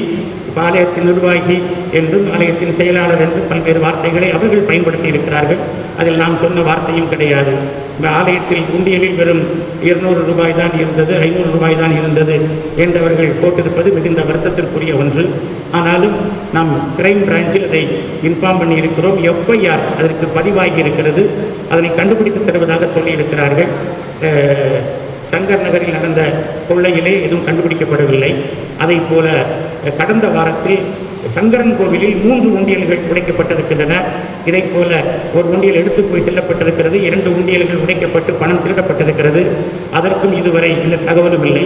கடந்த மாதத்தில் தச்சநல்லூரில் ஒரு அம்மன் கோவிலில் 3 உண்டியல்கள் இவ்வாறு களவாடப்பட்டிருக்கின்றன. அது குறித்து தகவலும் இல்லை என்று கிரைம் பிரான்ச் சொல்லுகின்றார்கள். ஆகவே அவர்கள் அதை கண்டுபிடிக்கிற பொழுது நமக்கு அதற்குரிய விடைகள் நீதி கிடைக்கும் என்பதை நாம் நம்புவோமாக. ஆகவே அந்த வழக்கு விசாரணை நடந்து கொண்டிருக்கின்ற காரணத்தினால் உடனடியாக அதில் எதுவும் சரி செய்யப்படவில்லை. புதிய பங்கு தந்தை வருகிற பொழுது அந்த பணிகளை அவர் செய்யும்படியாக அவருக்கு நான் அறிவுறுத்தி இருக்கின்றேன். அன்புமிக்கவர்களே, மிக இளையவரும் வழக்கறிஞருமான அருட்தந்தை மிக்கேல்ராஜ் அவர்கள் வருகிற வெள்ளிக்கிழமை மாலை 6:15 மணிக்கு நம்முடைய ஆலயத்திற்கு புதிய பங்கு தந்தையாக பொறுப்பேற்க வருகை தருகின்றார்கள். நம்முடைய மறை மாவட்டத்தில் மேல இலந்தைக்குளம் என்கின்ற பங்கிலே அவர் 5 ஆண்டுகள் பங்கு தந்தையாக சிறப்பாக பணியாற்றினார். அங்கே இருக்கக்கூடிய மேல்நிலைப் பள்ளியினுடைய தாளாளராகவும் அவர் சிறப்பாக செயல்பட்டார். மறை மாவட்டத்தினுடைய தாழ்த்தப்பட்டோர் பணிக்குழுவிலே அவர் செயலராகவும், தாழ்த்தப்பட்டோர் ட்ரஸ்டிலே அவர் இயக்குநராகவும் மிகச்சிறந்த பணிகளை அவர் ஆற்றினார். பொதுநிலை பணிக்குழுவிலும் அவர் பணியாற்றினார். அவர் தற்பொழுது ஓய்வெடுத்துக் கொண்டு நெல்லை அரசு சட்டக்கல்லூரியிலே 4 ஆண்டுகள் முறையாக சட்டம் பயின்று அம்பை நீதிமன்றத்திலே அவர் வழக்கறிஞராக பதிவு செய்து பணியாற்றி கொண்டிருக்கிறார். அவர் விரைவில் வருகிற வெள்ளிக்கிழமை நம்முடைய பங்கிற்கு வருகிறார். அவருக்காக ஜெபிக்க வேண்டியது நம்முடைய கடமை. அவருடைய தந்தை கடந்த 60 நாட்களாக திருநெல்வேலி அரசு மருத்துவமனையிலே கொரோனா பெருந்தொற்றினால் பாதிக்கப்பட்டு அவர் ஆக்சிஜன் பிராணவாயு உதவியோடு அவர் வாழ்ந்து கொண்டிருக்கிறார். பிராணவாயுவை எடுத்தோம் என்றால் 1 மணி நேரம் அவரால் மூச்சு விட முடிகிறது, இல்லை என்றால் மூச்சு விட முடியவில்லை. அதற்கு இந்த கண்டென்ஸ்டு ஆக்சிஜன் கொடுத்து வீட்டிற்கு கொண்டு செல்வதற்கான முயற்சிகளை அவர்கள் மேற்கொண்டார்கள். அப்பொழுது அவர் மீண்டும் சீரியஸ் ஆகிவிட்டார். ஆகவே இப்பொழுது மீண்டும் நேற்று முதல் அவர் ஐசியூவில் சேர்க்கப்பட்டிருக்கிறார். ஆனால் இப்பொழுது ஒரு நற்செய்தி என்னவென்றால், கடந்த 45 நாட்களுக்கு பிறகு அவருக்கு பெருந்தொற்று இல்லை என்கிற ஒரு நெகட்டிவ் சான்றிதழ் வந்திருக்கிறது. அது மகிழ்ச்சிக்குரிய ஒன்றாக இருக்கிறது. தந்தை இவர்களும் தொடர்ந்து அவரை அருகிலிருந்து கவனிக்கின்ற காரணத்தினால் அடிக்கடி அவரும் இந்த கொரோனா சர்டிஃபிகேட் பெற்றுக்கொள்கிறார். அவருக்கும் பெருந்தொற்று இல்லை என்பது ஒரு ஆறுதலான செய்தி. அவர் இங்கே வந்து பொறுப்பேற்கிற பொழுது அவருடைய தந்தை நல்ல பூரண குணத்தோடு வர வேண்டும், இறுதி ஆண்டவர் அவருக்கு நல்ல ஆசிரை தர வேண்டும் என்று சொல்லி நாம் அவருக்காக மன்றாட வேண்டியது நம்முடைய கடமை. வருகிற வெள்ளிக்கிழமை மாலை 6:15 மணிக்கு அவர் உள்ளே நுழைவார். 6:30 மணிக்கு இங்கே திருப்பலி நடைபெறும். அந்த திருப்பலியிலே தந்தை அவர்கள் பொறுப்பேற்பார்கள். அவ்வாறு பொறுப்பேற்கிற பொழுது அந்த நிகழ்ச்சியிலே நம்முடைய பங்கின் சார்பாக சகோதரர் ஆஞ்சிஸ் அவர்களும் சகோதரர் மரிய தாமஸ் அவர்களும் கையொப்பமிட்டு அவர்களுக்கு இங்கே பங்கில் பணிகளை அவர்கள் கொடுப்பார்கள் என்பதனை நான் உங்களுக்கு தெரிவித்துக் கொள்கின்றேன். அன்புமிக்கவர்களே, கடந்த 5 ஆண்டுகளாக உங்களுடைய பங்கு தந்தையாக நான் பணியாற்றுகிற பெரு வாய்ப்பு இறைவனால் எனக்கு கொடுக்கப்பட்ட ஒன்று. உண்மையிலேயே ஒரு நெருக்கடியான சூழலில் தான் நான் இந்த பணியை ஏற்றுக்கொண்டேன். கடந்த 5 ஆண்டுகள் என்று சொல்வதை விட அதில் 2 ஆண்டுகள் இந்த கொரோனா பெருந்தொற்றினால் ஓடிவிட்டது. நானும் நோய்வாய்ப்பட்டு ஏறக்குறைய ஒரு 5 மாதங்கள் வெளிநாட்டில் தங்கிவிட்டேன். அப்படி பார்க்கிற பொழுது சுமார் ஒரு 3 ஆண்டுகள் மாத்திரமே உங்களோடு பணிபுரிகிற ஒரு வாய்ப்பு எனக்கு கிடைத்தது. ஆனாலும் இந்த வாய்ப்பினை இறைவன் எனக்கு தந்த கொடையாக நான் கருதுகிறேன். உங்கள் வீட்டில் ஒருவராக, உங்கள் குடும்பத்தில் ஒருவராக என்னை நீங்கள் ஏற்றுக்கொண்டீர்கள். என் மீது மிகுந்த அன்பு மழை பொழிந்தீர்கள். எனக்காக நீங்கள் ஜெபித்தீர்கள். நான் நோயுற்று வாடிய பொழுது எனக்காக நீங்கள் வடித்த கண்ணீரும் எனக்காக ஜெபித்த ஜெபமும் என்றைக்கும் என்னுடைய இதயத்தில் பசுமையாக இருக்கும். உங்களுடைய ஜெபத்தை, உங்களுடைய மன்றாட்டை, உங்களுடைய கண்ணீரை கேட்ட ஆண்டவர் எனக்கு மீண்டும் ஒரு உயிர் பிச்சை தந்து என்னை பணியாற்ற வைத்திருக்கிறார் என்றே நான் சொல்லுதல் வேண்டும். ஆனாலும் முழுமையான குணத்தை நான் அடைந்து விடவில்லை. நான் இப்பொழுதும் சில மருந்து மாத்திரைகளை எடுத்துக் கொண்டிருக்கிறேன். சில கத்தரிக்கோள்களை பயன்படுத்தி கொண்டுதான் நான் உயிர் வாழ்ந்து கொண்டிருக்கிறேன். அது இன்னொரு சிகிச்சை, அறுவை சிகிச்சை செய்தல் வேண்டும். அது ஒரு பெரிய அறுவை சிகிச்சை, மைக்ரோ சர்ஜரி என்று சொல்வார்கள். என்னுடைய சிறுநீரகத்திலிருந்து வெளியே வரக்கூடிய அந்த டியூப், அதன் உள்புறம் சிதைந்திருக்கிறது. அடிக்கடி கல் வந்ததாலும் அதற்கு அடிக்கடி உள்ளே டியூப் போட்டு இவர்கள் அதை தண்ணீர் எடுத்ததாலும் அந்த உள்பகுதி சிதைந்திருக்கிற ஒரு பகுதியில் அது கிழிந்து தொங்குகிறது. அதற்கு கீழிருந்து ஒரு டியூப் வைத்து அதன் மூலமாக கத்தரிக்கோலை வைத்து அதை வெட்டி எடுத்து வாயிலிருந்து சதை எடுத்து அதை ஒட்ட வேண்டுமா. அது கடந்த ஆண்டு ஜூன் மாதத்தில் சொன்னது. ஆனால் இந்த கொரோனா பெருந்தொற்றில் வாயில் எதையும் வைக்கக்கூடாது, கொரோனா பெருந்தொற்று பாதித்துவிடும் என்று மருத்துவர்கள் எச்சரிக்கை தந்த காரணத்தினால் அந்த அறுவை சிகிச்சையை செய்யாமல் வேறு விதத்திலே நான் பிழைத்து கொண்டே இருக்கின்றேன், தப்பித்து கொண்டே இருக்கின்றேன். ஆகவே என்னுடைய உடல் நலம் சீராக இந்த அறுவை சிகிச்சை விரைவில் நலமாய் நடைபெற எனக்காக நீங்கள் தொடர்ந்து மன்றாட வேண்டும். அன்புமிக்கவர்களே, மாற்றம் உண்டு என்பது எல்லாருக்கும் தெரியும். நான் அம்பைக்கு மாறி போகப் போகிறேன், நான் ஓய்வெடுக்கப் போகிறேன், நான் 1000 இல்லத்துக்கு போகப் போகிறேன், இப்படியெல்லாம் நிறைய கதைகள் கட்டி அவிழ்த்து விடப்பட்டன. உண்மை என்னவென்றால், நான் 1000 இடத்திலே சென்று என்னை நீங்கள் எங்கே அனுப்ப வேண்டும் என்றோ எங்கே அனுப்பக்கூடாது என்றோ எதையும் நான் கேட்கவே இல்லை. என்னிடத்தில் கேட்க சொன்னார்கள், நான் கேட்க மாட்டேன் என்றே சொல்லிவிட்டேன். எங்கேயும் நான் போக தயார். பாலைவனத்திற்கு போனால் அது ஜோலிவனம் ஆகும். ஆண்டவர் என்னோடு இருக்கிற காரணத்தினால் அந்த இடமும் அற்புதமாய் மாறும் என்று எனக்கு தெரியும். ஆகவே என்னை எங்கேயும் அனுப்பட்டும், நான் போக தயார் என்று நான் கீழ்ப்படிதலோடு சொல்லிவிட்டேன். கடந்த ஈஸ்டர் பண்டிகைக்கு பிஜி இங்கு 3 நாட்கள் வருகை தந்திருந்தார். அப்பொழுது அவரும் கூட கேட்டார். நான் சொன்னேன், நான் 1000 விட மூத்தவன், நான் கீழ்ப்படிந்தேன் என்று எல்லாருக்கும் பாடம் இருக்க வேண்டும், அதுதான் நல்ல படிப்பினை. ஆகவே எதையும் நான் கேட்கவில்லை, நீங்கள் எங்கேயும் அனுப்புங்கள் என்று தான் சொன்னேன். ஆகவே அவர்களாக இந்த முடிவெடுத்து எனக்கு இந்த மாறுதலை தந்திருக்கிறார்கள். அதில் எனக்கு மிகுந்த மகிழ்ச்சி. ஏனென்றால் என்னுடைய உடல்நிலையை கருதி இந்த நகர்ப்புறத்திற்கு உள்ளாகவே, அதுவும் குறைந்த எண்ணிக்கையில் குடும்பங்கள் கொண்ட ஒரு எளிய பங்கிற்கு எனக்கு மாற்றுதல் தந்திருக்கிறார்கள். ஆகவே நான் அதற்கு நன்றி கடன் பட்டிருக்கிறேன். என்னால் இயன்ற பணிகளை தொடர்ந்து நான் அங்கேயும் ஆற்றுவேன். அது வந்து ரொம்ப தூரத்தில் இல்லை. இங்கிருந்து ஸ்கூட்டரில் போய் பார்த்தேன், கரெக்டாக 10 கிலோமீட்டர். மார்க்கெட்லேருந்து அங்கே 5 கிலோமீட்டர், இது இங்கே 5 கிலோமீட்டர், அவ்வளோதான். அந்த ஊரில் ஒரு டீ கடை கூட கிடையாது. என்றால் அந்த ஊரின் நிலை அப்படி. ஏதாவது டீ வாங்கினா கூட, பால் வாங்கினா கூட மார்க்கெட்டுக்கு தான் வரணும்.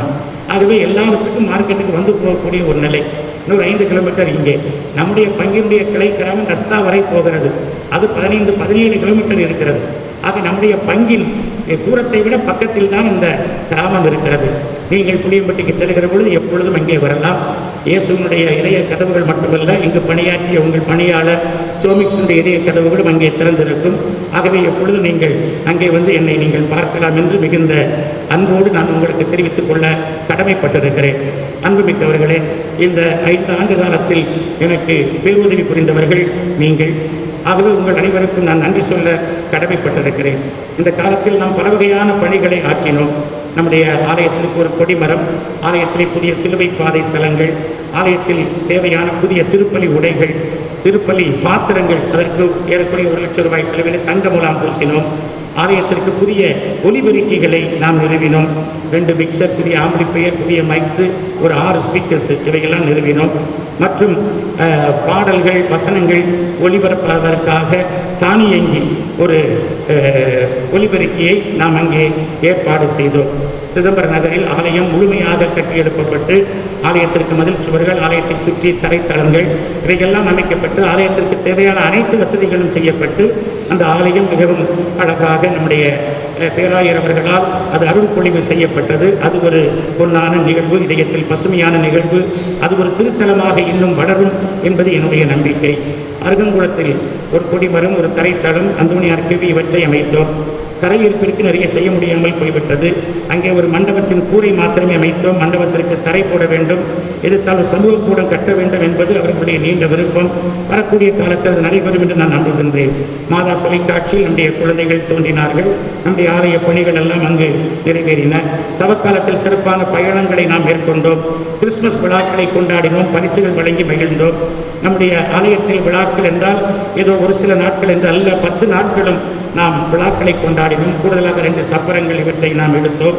தியானங்கள், உப்புரவு அருட்சாதனங்கள், விவிலிய போட்டிகள் என்று பல வகையிலே மக்களை கட்டி எழுப்பவும், மக்களுக்கு தேவையான விதத்திலே இந்த பங்கு பணிகளை ஆற்றவும் ஆண்டவர் எனக்கு பேருதவி புரிந்தார். இந்த திருப்பணியில் ஒத்துழைத்த, நன்கொடைகள் வழங்கிய, பேராதரவு காட்டிய, சிறிய சிறிய பணிகளையும் தன்னார்வத்தோடு முன்வந்து செய்த அத்துணை நல்ல உள்ளங்களுக்கும் என்னுடைய நெஞ்சம் நிறை நன்றியினை நான் தெரிவித்துக் கொள்கின்றேன். நம்முடைய உபதேசியார் இருதயம் அவர்கள் அவர் ஒருமுறை கூட என்னிடத்தில் கோவப்பட்டது கிடையாது. ஆனால் அவரிடத்தில் நான் கோவப்பட்டிருக்கிறேன் உரிமையாக. ஆனால் அவர் அனைத்து பணிகளையும் மிகவும் சிறப்பாக ஒத்துழைத்து ஒரு சகோதரரைப் போல அவர் செய்தார். அவருக்கு நன்றி. நம்மை விட்டு போய்விட்டாலும் நீங்காத நினைவுகளோடு கண்ணீரில் துளிகளோடு நம்முடைய நெஞ்சத்தில் நிறைந்திருக்கிறவர் சகோதரர் துரைசாமி. இது ஒரு பாலைவன பங்கு போலத்தான். ஞாயிற்றுக்கிழமை இவ்வளவு கூட்டம் இருக்கும். இது முடிந்தவுடனே எல்லாரும் போய்விடுவார்கள். ஏதாவது உதவி வேண்டுமென்றால் நான் துரைசாமிக்கு தான் போன் அடிப்பேன். அவர் ஓடி வருவார். என்ன வேலையாக இருந்தாலும் அவர் அது இழிவான வேலை என்று நினைக்காமல் அத்தனையும் தானாகவே அத்தனை வேலைகளையும் செய்வார். அப்படிப்பட்ட ஒரு அற்புதமான பணியாளரை இனி காண்பது அரிது. புதிய பங்கு தந்தைக்கு அது ஒரு பெரிய இழப்பு, பங்கிற்கும் அது பேரிழப்பு என்று நிச்சயமாக நான் சொல்லுவேன். அப்படிப்பட்ட சகோதரர் துரைசாமி. ஆனால் அவர்களுக்கு இந்த கல்லறை தோட்டத்தில் இவ்வளவு நெருக்கடிக்கு மத்தியிலும் இடம் கிடைத்தது என்பதுதான் என்னுடைய உள்ளத்திற்கான ஒரே ஆறுதல். நம்முடைய நற்கருணை பணியாளர் சகோதரர் அலெக்ஸ், ஆலயத்தில் எனக்கு துணை புரிகின்ற சகோதரர்கள் ஆண்டன், விஜய், மற்ற பீடப்பூக்கள், இவர்களுக்கு நெஞ்சம் நிறை நன்றியினை நான் தெரிவித்துக் கொள்கின்றேன். சகோதரர் ததையூஸ், அதை போல பாடகர் குழுவினர் எப்பொழுதும் மிகச்சிறப்பாக நன்கு தயாரித்து நம்முடைய ஆலயத்தில் வழிபாடுகளை உயிரோட்டமாக வைத்திருப்பதிலே அவர்களுக்கு உண்மையிலேயே பெரும் பங்கு இருக்கிறது. அவர்கள் குறிப்பான தவசு காலத்திலே, அதே போல கிறிஸ்துமஸ் காலத்திலே, திருவிழா காலத்திலே நிறைய முயற்சிகள், பயிற்சிகள் எடுத்து அவர்கள் நம்முடைய ஆலயத்தை அழகு செய்தார்கள். ஆலயத்திற்கு வருகிற சில வெளியூர் நபர்கள் சொல்லி இருக்கிறார்கள், உங்கள் பாடகருக்கு நன்றாக பாடுகிறது, அந்த பாடலை கேட்டு அப்படியே மெய்மறந்து அந்த ஆலயத்தில் உட்கார முடிகிறது, அதற்காகவே இந்த ஆலயத்திற்கு வருகிறேன் என்று என்னிடத்தில் சொல்லி இருக்கிறவர்கள் உண்டு. ஆகவே நம்முடைய பாடகர் குழுவினருக்கு நெஞ்சம் நிறை நன்றியினை நான் தெரிவித்துக் கொள்கின்றேன். வின்சென்ட் பவுல் சபையினுடைய தலைவர், செயலர், பொருளாளர் மற்றும் அதனுடைய உறுப்பினர்கள் அது ஒரு முறையான அங்கீகாரம் பெறவில்லை என்பது என்னுடைய ஒரு இதயத்தில் வருத்தம். ஆனால் அவர்கள் ஆற்றுகிற பணிகள் எந்த விதத்திலும் சளைத்த பணிகள் அல்ல. பல்வேறு காயங்கள், பல்வேறு அவமானங்களை தாங்கிக் கொண்டு அவர்கள் முன்னெடுத்து செல்கிறார்கள். எனக்கு ஒரே ஒரு ஆசை மாத்திரம், அவர்கள் இன்னும் கொஞ்சம் ஒற்றுமையாக இருக்க வேண்டும். ஒருவருடைய காலை வாராமல், ஒருவருடைய முன்னேற்றத்தை தடுக்காமல் ஒற்றுமையாக அவர்கள் செயல்பட்டால் இன்னும் நன்றாக இருக்கும் என்பது என்னுடைய ஆசை. அதற்கான பயிற்சியை வின்சென்ட் பவுல் சபையினர் பெற்று வருங்காலத்தில் சிறப்பாக பணியாற்ற வேண்டுகிறேன்.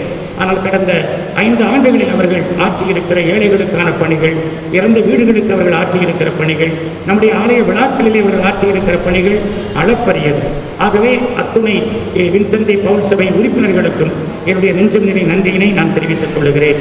மிகவும் ஆறுதலாக எனக்காக ஜெபிப்பதும், பங்கு மக்களுக்காக ஜெபிப்பதும், இல்லங்களுக்கு சென்று ஜெபிப்பதும், நோயாளிகளை சந்திப்பதுமான அற்புதமான பணிகளை ஆற்றி வந்தவர்கள் மரியாயின் சேனையினர்.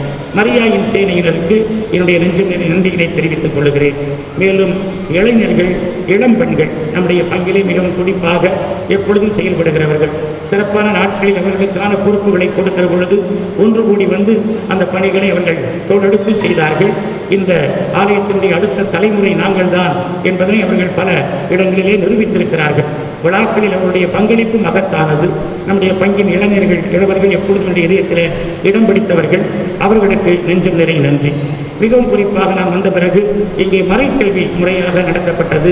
சகோதரி எஸ்தர் டேவிட், சகோதரி அற்புதமேரி இவர்கள் தலைமையிலே ஒரு மறைக்கல்வி ஆசிரியர் குழு, மறைக்கல்வி மாணாக்கர்கள் என்று மிகச் சிறப்பான பணிகளை, அது பிபிஎஸ் ஆக இருக்கட்டும், அல்லது புதுநன்மை தயாரிப்பாக இருக்கட்டும், உறுதிப்பூசுதல் தயாரிப்பாக இருக்கட்டும், அல்லது ஒவ்வொரு ஞாயிற்றுக்கிழமை மறைக்கல்வியாக இருக்கட்டும், அனைத்தையும் மிகவும் சிறப்பாக அவர்கள் திட்டமிட்டு ஒரு குழுவாக மிக அழகாக அவர்கள் இயங்கி செயல்பட்டார்கள். அவர்களுக்கும் என்னுடைய நெஞ்சம் நிறை நன்றியினை நான் தெரிவித்துக் கொள்கின்றேன். பல்வேறு கட்டங்களிலே பல்வேறு சிறிய பணிக்குழுக்களை நாம் நியமித்தோம். ஆலய புனரமைப்பு பணிக்குழு, கல்லறை பணிக்குழு, திருவிழாவுக்கு ஒரு பணிக்குழு, அசனத்திற்கு ஒரு பணிக்குழு என்று பல்வேறு பணிக்குழுக்களை நாம் நியமித்தோம். ஒவ்வொரு பணிக்குழுவினரும் அவர்கள் மிகவும் சிறப்பாக செயல்பட்டார்கள். அத்தனை பேரையும் நன்றியோடு நான் நினைத்து பார்க்கிறேன். எல்லாவற்றுக்கும் மேலாக அன்பியங்கள், நம்முடைய அன்பியங்களை புதுப்பிக்க வேண்டும் என்பது ஆசை.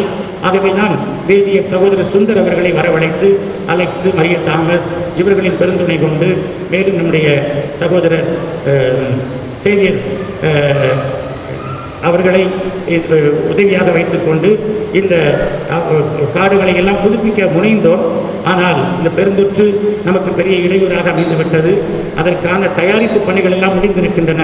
வரக்கூடிய பங்கு தந்தை இந்த அன்பியங்களுக்கு புத்துயிர் ஊட்டுவார் என்று நான் நம்புகின்றேன். அன்பியங்களில் தலைவர்களாக, செயலர்களாக, பொருளாளர்களாக பணியாற்றிய மிகுந்த ஆர்வத்தோடு, தன்னார்வத்தோடு அதில் பங்கெடுத்த உறுப்பினர்கள் அத்தனை பேருக்கும் என்னுடைய நெஞ்சம் நிறை நன்றியினை இந்த நாளில் நான் தெரிவித்துக் கொள்ளுகின்றேன். மேலும் இங்கே எனக்கு பெருந்துணையாக இருந்தவர்கள் திரு இருதய சபை சகோதரர்கள். அங்கு இருந்த முன்னாள் சகோதரர் சேஸ்வராஜாக இருக்கட்டும், இப்பொழுது இருக்கிற சகோதரர் லாரன்ஸாக இருக்கட்டும், என் மீது மிகுந்த அன்பு பாராட்டி எப்பொழுது நம்முடைய ஆலயத்திற்கு வருகை தந்து நட்புறனை வழங்குவதிலும், கிளை கிராமங்களுக்கு வந்து உதவிகள் செய்வதிலும் மற்றும் எப்பொழுதும் எனக்காக ஜெபிப்பதிலும் மிகுந்த ஆர்வத்தை காண்பித்தவர்கள். அவர்கள் ஒரு மிஷினரியைப் போல, ஒரு பாலினத்தில் பணியாற்றுகிற ஒரு பணியைப் போல தான் அவர்கள் ஆற்றிக் கொண்டிருக்கிறார்கள். அவர்களுடைய சான்று பகர்தல் மிகவும் முக்கியமானது. பாளையங்கோட்டை மறைமாவட்டம் உருவாவதற்கு வேறாக இருந்தவர்கள் திரு இருதய சபை சகோதரர்கள். அப்படித்தான் நம்முடைய பங்கிலே ஒரு கிறிஸ்தவர் அல்லாத பகுதியில் அவர்கள் ஆற்றிக் கொண்டிருக்கிற அற்புதமான கல்வி பணிக்காக அதில் பணியாற்றிய அன்பு சகோதரர்கள் அனைவருக்கும் என் நெஞ்சின நன்றியினை நான் தெரிவித்துக் கொள்ளுகின்றேன். நம்முடைய பங்கிலே பணியாற்றுகின்ற காணிக்கை அன்னை சபை சகோதரிகள், நான் இந்த சகோதரிகளுக்கு சிறப்பான நன்றியை தெரிவிக்க வேண்டும். நான் என்னுடைய பணிக்காலத்தில் இந்த சகோதரிகளோடே பணி செய்து கொண்டிருக்கிறேன்.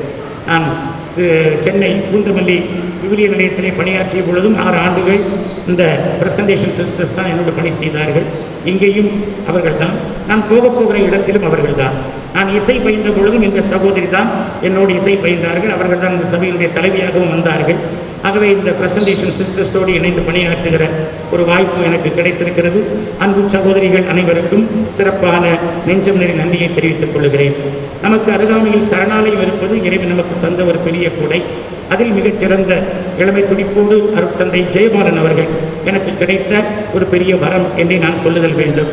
நான் பணியாற்றிய இந்த பணியேற்ற பிறகு அருட்தந்தை பிரான்சிஸ் அவர்களிடத்திலே கேட்டேன், சாமி தினமும் பூசை கொடுக்கணுமா, வாரத்தில் ஒரு 2 நாள் பூசை இல்லாமல் இருக்கலாமே என்று நான் கேட்டேன். அப்போ அவர் சொன்னார், சில காரியங்களை மிகச் சரியாக செய்ய வேண்டும் என்றால் நீங்கள் தினமும் பூசை கொடுக்கணும், தினமும் கொடுங்க என்று அவர் சொன்னார்.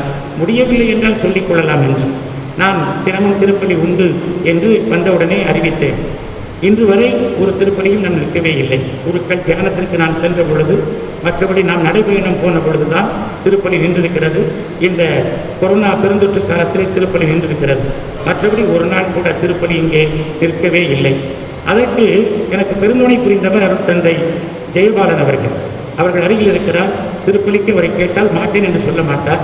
அவரால் முடியவில்லை என்றால் வேறு யாரையாவது ஏற்பாடு செய்து அனுப்பி வைத்து விடுவார். ஒவ்வொரு நாள் காலையிலும் கிறிஸ்தோபர் இங்கே திருப்பலிக்கு வருவார். அவரிடத்தில் நான் கேட்டேன், நீங்கள் இப்போ டவுன் பங்குக்கு போயிட்டீங்க, அங்கே போக மாட்டேங்கிறீங்க, இங்கே வரீங்களா? ஃபாதர் அங்கே வெள்ளிக்கிழமை ஞாயிற்றுக்கிழமை பூசை ஃபாதர், இங்கே தான் தினமும் பூசை, அதுக்காகத்தான் வருகிறேன் என்று அவர் சொல்லுகிறார். ஆகவே எனக்கு ஒரு மகிழ்ச்சியை தந்தது. ஆகவே திருப்பலியை ஒரு நாளும் நான் நிறுத்தவே இல்லை. இந்த கொரோனா பெருந்தொற்று காலத்திலும் இயேசுவின் திரு இருதய பெருவிழா தொடங்கி இன்று வரை தொடர்ச்சியாக திருப்பலி நடைபெற்று கொண்டே இருக்கிறது என்பது ஒரு மகிழ்ச்சி. அத்தனை திருப்பலிகளையும் நானே நிறைவேற்றி இருக்கிறேன் என்பது எனக்கு இன்னொரு கூடுதலான மகிழ்ச்சி. ஆகவே இவ்வாறு திருப்பலி நிறைவேற்றுவதற்கு பெருந்துணை புரிந்த மற்றும் நான் வெளிநாடு சென்ற பொழுது பங்கு பணிகளை சிறப்பாக கவனித்துக் கொண்ட, கிளை கிராமங்களிலும் விழாக்களை கொண்டாடிய அருட்தந்தை ஜெயபாலன் அவர்களுக்கு என்னுடைய நெஞ்சம் நிறை நன்றியினை நான் தெரிவிக்க கடமைப்பட்டிருக்கிறேன். சரணாலயத்தில் பணி செய்கின்ற பேஷன் சகோதரிகள், பாடுகளின் சபை சகோதரிகள் அவ்வப்பொழுது வருகை தந்து நற்கருணை வழங்குவதிலும் நம்மோடு இணைந்திருப்பதிலும் பெரும் மகிழ்ச்சி அவர்கள் காட்டினார்கள். அன்பு சகோதரிகளுக்கும் நெஞ்சம் நிறை நன்றியினை நான் தெரிவிக்கின்றேன். நம்முடைய வாட்ச்மேன் அமல்ராஜ் அவர்களுக்கு சிறப்பான நன்றி. அவருக்கு முன்பாக பணியாற்றிய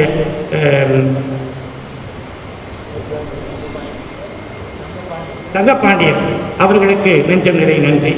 என்னோடு 10 ஆண்டுகளாக தொடர்ந்து எனக்கு சமையல் செய்து பணியாற்றி கொண்டிருக்கின்ற ராமதிலகம் என்கின்ற ரெஜினா ராஜ திலகம் தாயம்மா அவர்களுக்கு என்னுடைய நெஞ்சம் நிறை நன்றி. நான் அழைத்த பொழுதெல்லாம் இங்கே வருகை தந்த பல குருக்கள், ஆயர் பெருமக்கள், மற்ற முக்கியமான நற்செய்தி பணியாளர்கள், மறைமாவட்டங்களிலிருந்தும் வருகை தந்திருக்கின்ற அன்பு குருக்கள் அத்தனை பேருக்கும் நெஞ்சம் நிறை நன்றியினை நான் தெரிவித்துக் கொள்கின்றேன். அன்புமிக்கவர்களே, இந்த நேரத்தில் மிக முக்கியமான ஒன்றை நான் தெரிவிக்க ஆசைப்படுகிறேன். சில நேரங்களிலே ஒரு மனிதனாக நானும் கோபப்பட்டிருக்கிறேன், நானும் உணர்ச்சி கொண்டு பேசியிருக்கிறேன். சில தகாத வார்த்தைகள் வாயிலிருந்து வந்திருக்கின்றன. அவற்றிற்கு நான் உங்களிடத்திலே மன்னிப்பு கேட்டுக்கொள்கிறேன். அப்படி யாரையாவது நான் தகாத வார்த்தையினால், தகாத பார்வையினால், தகாத உறவுகளினால் உங்களை பார்த்திருந்தாலோ, செயல்கள் செய்திருந்தாலோ, உங்களை காயப்படுத்தி இருந்தாலோ, அதனால் நீங்கள் அவமானம் அடைந்திருந்தாலோ நீங்கள் என்னை மன்னித்துக் கொள்ளும்படியாக உங்களை அன்போடு நான் கேட்டுக்கொள்கிறேன். இந்த அன்பும், இந்த உறவும், இந்த நட்பும், இந்த பாசமும் என்றைக்கும் நிலைத்திருக்கட்டும். நீங்கள் தொடர்ந்து எனக்காக ஜெபியுங்கள். புதிய பங்கு தந்தைக்கு உங்களுடைய முழு ஒத்துழைப்பையும் நீங்கள் கொடுங்கள். நீங்கள் கொடுக்கிற அந்த ஒத்துழைப்பு நிமித்தமாகத்தான் இந்த பங்கு இறையாட்சி குடும்பமாக அது மலர முடியும். அவ்வாறு நீங்கள் செய்வீர்கள். அந்த நற்செய்தியை அருகிலிருந்து நான் கேட்பேன், மகிழ்வேன் என்று நான் உங்களுக்கு தெரிவித்து உங்களிடமிருந்து இந்த ஞாயிறு திருப்பலியில் விடைபெறுகிறேன். நன்றி, வணக்கம்.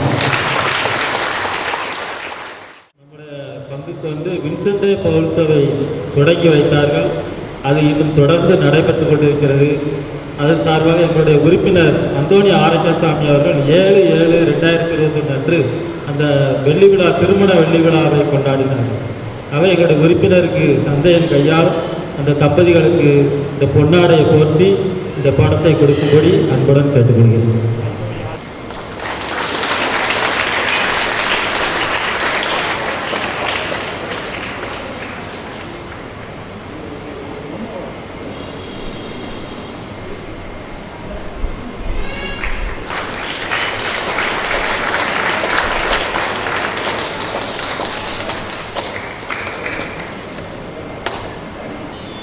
நம்மோடு 5 ஆண்டுகள் சிறப்பாக பணியாற்றிய நமது பங்கு தந்தை பேரொளி திரு முனைவர் ஜோமிக்ஸ் அவர்களுக்கு பாராட்டும் விதமாக திருப்பலி முடிந்த பின்பு நமது பங்கு மக்கள் சார்பாகவும் அனைத்து அன்பைகள் சார்பாகவும் ஆலயத்தில் உள்வைத்து பாராட்டு விழா நடைபெற உள்ளது. உடனடியாக ஆரம்பிக்கும். பங்கு மக்கள் அனைவரும் அதில் கலந்து கொண்டு முடிந்த பின்பு அனைவருக்கும் காலை உணவு ஏற்பாடு செய்யப்பட்டிருக்கிறது. அதில் கலந்து கொண்டு செல்லுமாறு தாழ்மையுடன் கேட்டுக்கொள்கிறோம். அப்படி இல்லை, ஆனால் பெயர் சொல்ல வேண்டுமானால் எல்லாருடைய பெயரையும் சொல்லுதல் வேண்டும். ஆகவே மீண்டும் ஒரு முறை உங்களுக்கு நெஞ்சம் நிறை நன்றி. அனைவரும் எழுந்து நிற்போம். என்னான்மா இறைவனையே ஏத்தி போற்றி மகிழ்கின்றது. என் இறைவனையே ஏத்தி போற்றி மகிழ்கின்றது. என் கடவுளை நினைக்கின்றது. தாழ்நிலை இருந்தத்தம் ஆடியவரை தயையுடன் கடைக்கண் நோக்கினார். தாழ்நிலை இருந்தத்தம் ஆடியவரை தயையுடன் கடைக்கண் நோக்கினார். இந்நாள் முதலாம் தலைமுறைகள், இந்நாள் முதலாம் தலைமுறைகள் என்னை பேருடையார் என்றிடுமே. என் ஆன்மா இறைவனையே ஏத்தி போற்றி மகிழ்கின்றது. கடவுளை இன்று மன்றாடுவோமாக. நன்றி செலுத்துகிறோம் ஆண்டவரே. உம்மை விட்டு விலகிச் சென்ற பொழுதும் மாறாமல் எங்களை தேடி வந்த உம்முடைய திருவருளுக்காக, திருமகன் இயேசுவுக்காக உமக்கு நன்றி செலுத்துகிறோம். எங்களை உடைய சொந்த பிள்ளைகளாக ஏற்றுக்கொண்டீரே. உம் திருமகன் வாயிலாக எங்களுக்கு மீட்பையும் நிலை வாழ்வையும் தந்திருக்கிறீரே. அதற்காக உமக்கு நன்றி. உம்முடைய தூய ஆவியை எங்கள் உள்ளங்களிலே பொழிந்திருக்கிறீரே. இயேசுவை விளைந்த மீட்புக்கு சாட்சிகளாய் நிலைநிறுத்துகிறீரே. மேலும் உலகத்தில் வெற்றியாய் வருவதற்கு தேவையான கொடைகளை ஒவ்வொருடைய உள்ளத்திலும் பல்வேறு கலைகளாக தந்திருக்கிறீரே. அனைத்திற்கும் நன்றி. உம்முடைய இறை வார்த்தை எங்களை வழிநடத்துகிறது, செதுக்குகிறது, எங்களை பண்படுத்துகிறது, பக்குவப்படுத்துகிறது, எச்சரிக்கிறது. அந்த இறை வார்த்தை ஒவ்வொரு நாளும் நாங்கள் கேட்கின்றோம். இன்றைக்கும் நாங்கள் கேட்ட இறை வார்த்தையில் நீர் எங்களுக்கு நல்ல ஆயனாக, தலைவனாக இருக்கிறீர். எங்கள் மீது பரிவு கொள்ளுகிறீர். அதற்காக உமக்கு நன்றி. இந்த நாளில் எங்கள் உள்ளத்தில் நீர் தந்த நற்கருணை விருதிற்காக, இந்த உடனிருப்பிற்காக உமக்கு நன்றி. தொடர்ந்து எங்களை கண்ணின் மணியைப் போல நீர் காத்து வழிநடத்தும். தொடர்ந்து நன்மைகளால் நிரப்பும். நாங்கள் நன்றி உள்ளவர்களாக வாழ எங்களுக்கு அருள் தாரும். கடந்த 5 ஆண்டுகள் உம்முடைய பிள்ளைகளுக்கு பணி செய்ய எனக்கு தந்த வாய்ப்பிற்கு நெஞ்சம் நிறை நன்றி. தொடர்ந்து இத்தகைய பணிகளை ஆற்ற அருள் தந்து வழிநடத்தும். எங்கள் ஆண்டவர் இயேசுவின் திருப்பெயரில் உம்மை மன்றாடுகின்றோம். ஆண்டவர் உங்களோடு இருப்பாராக.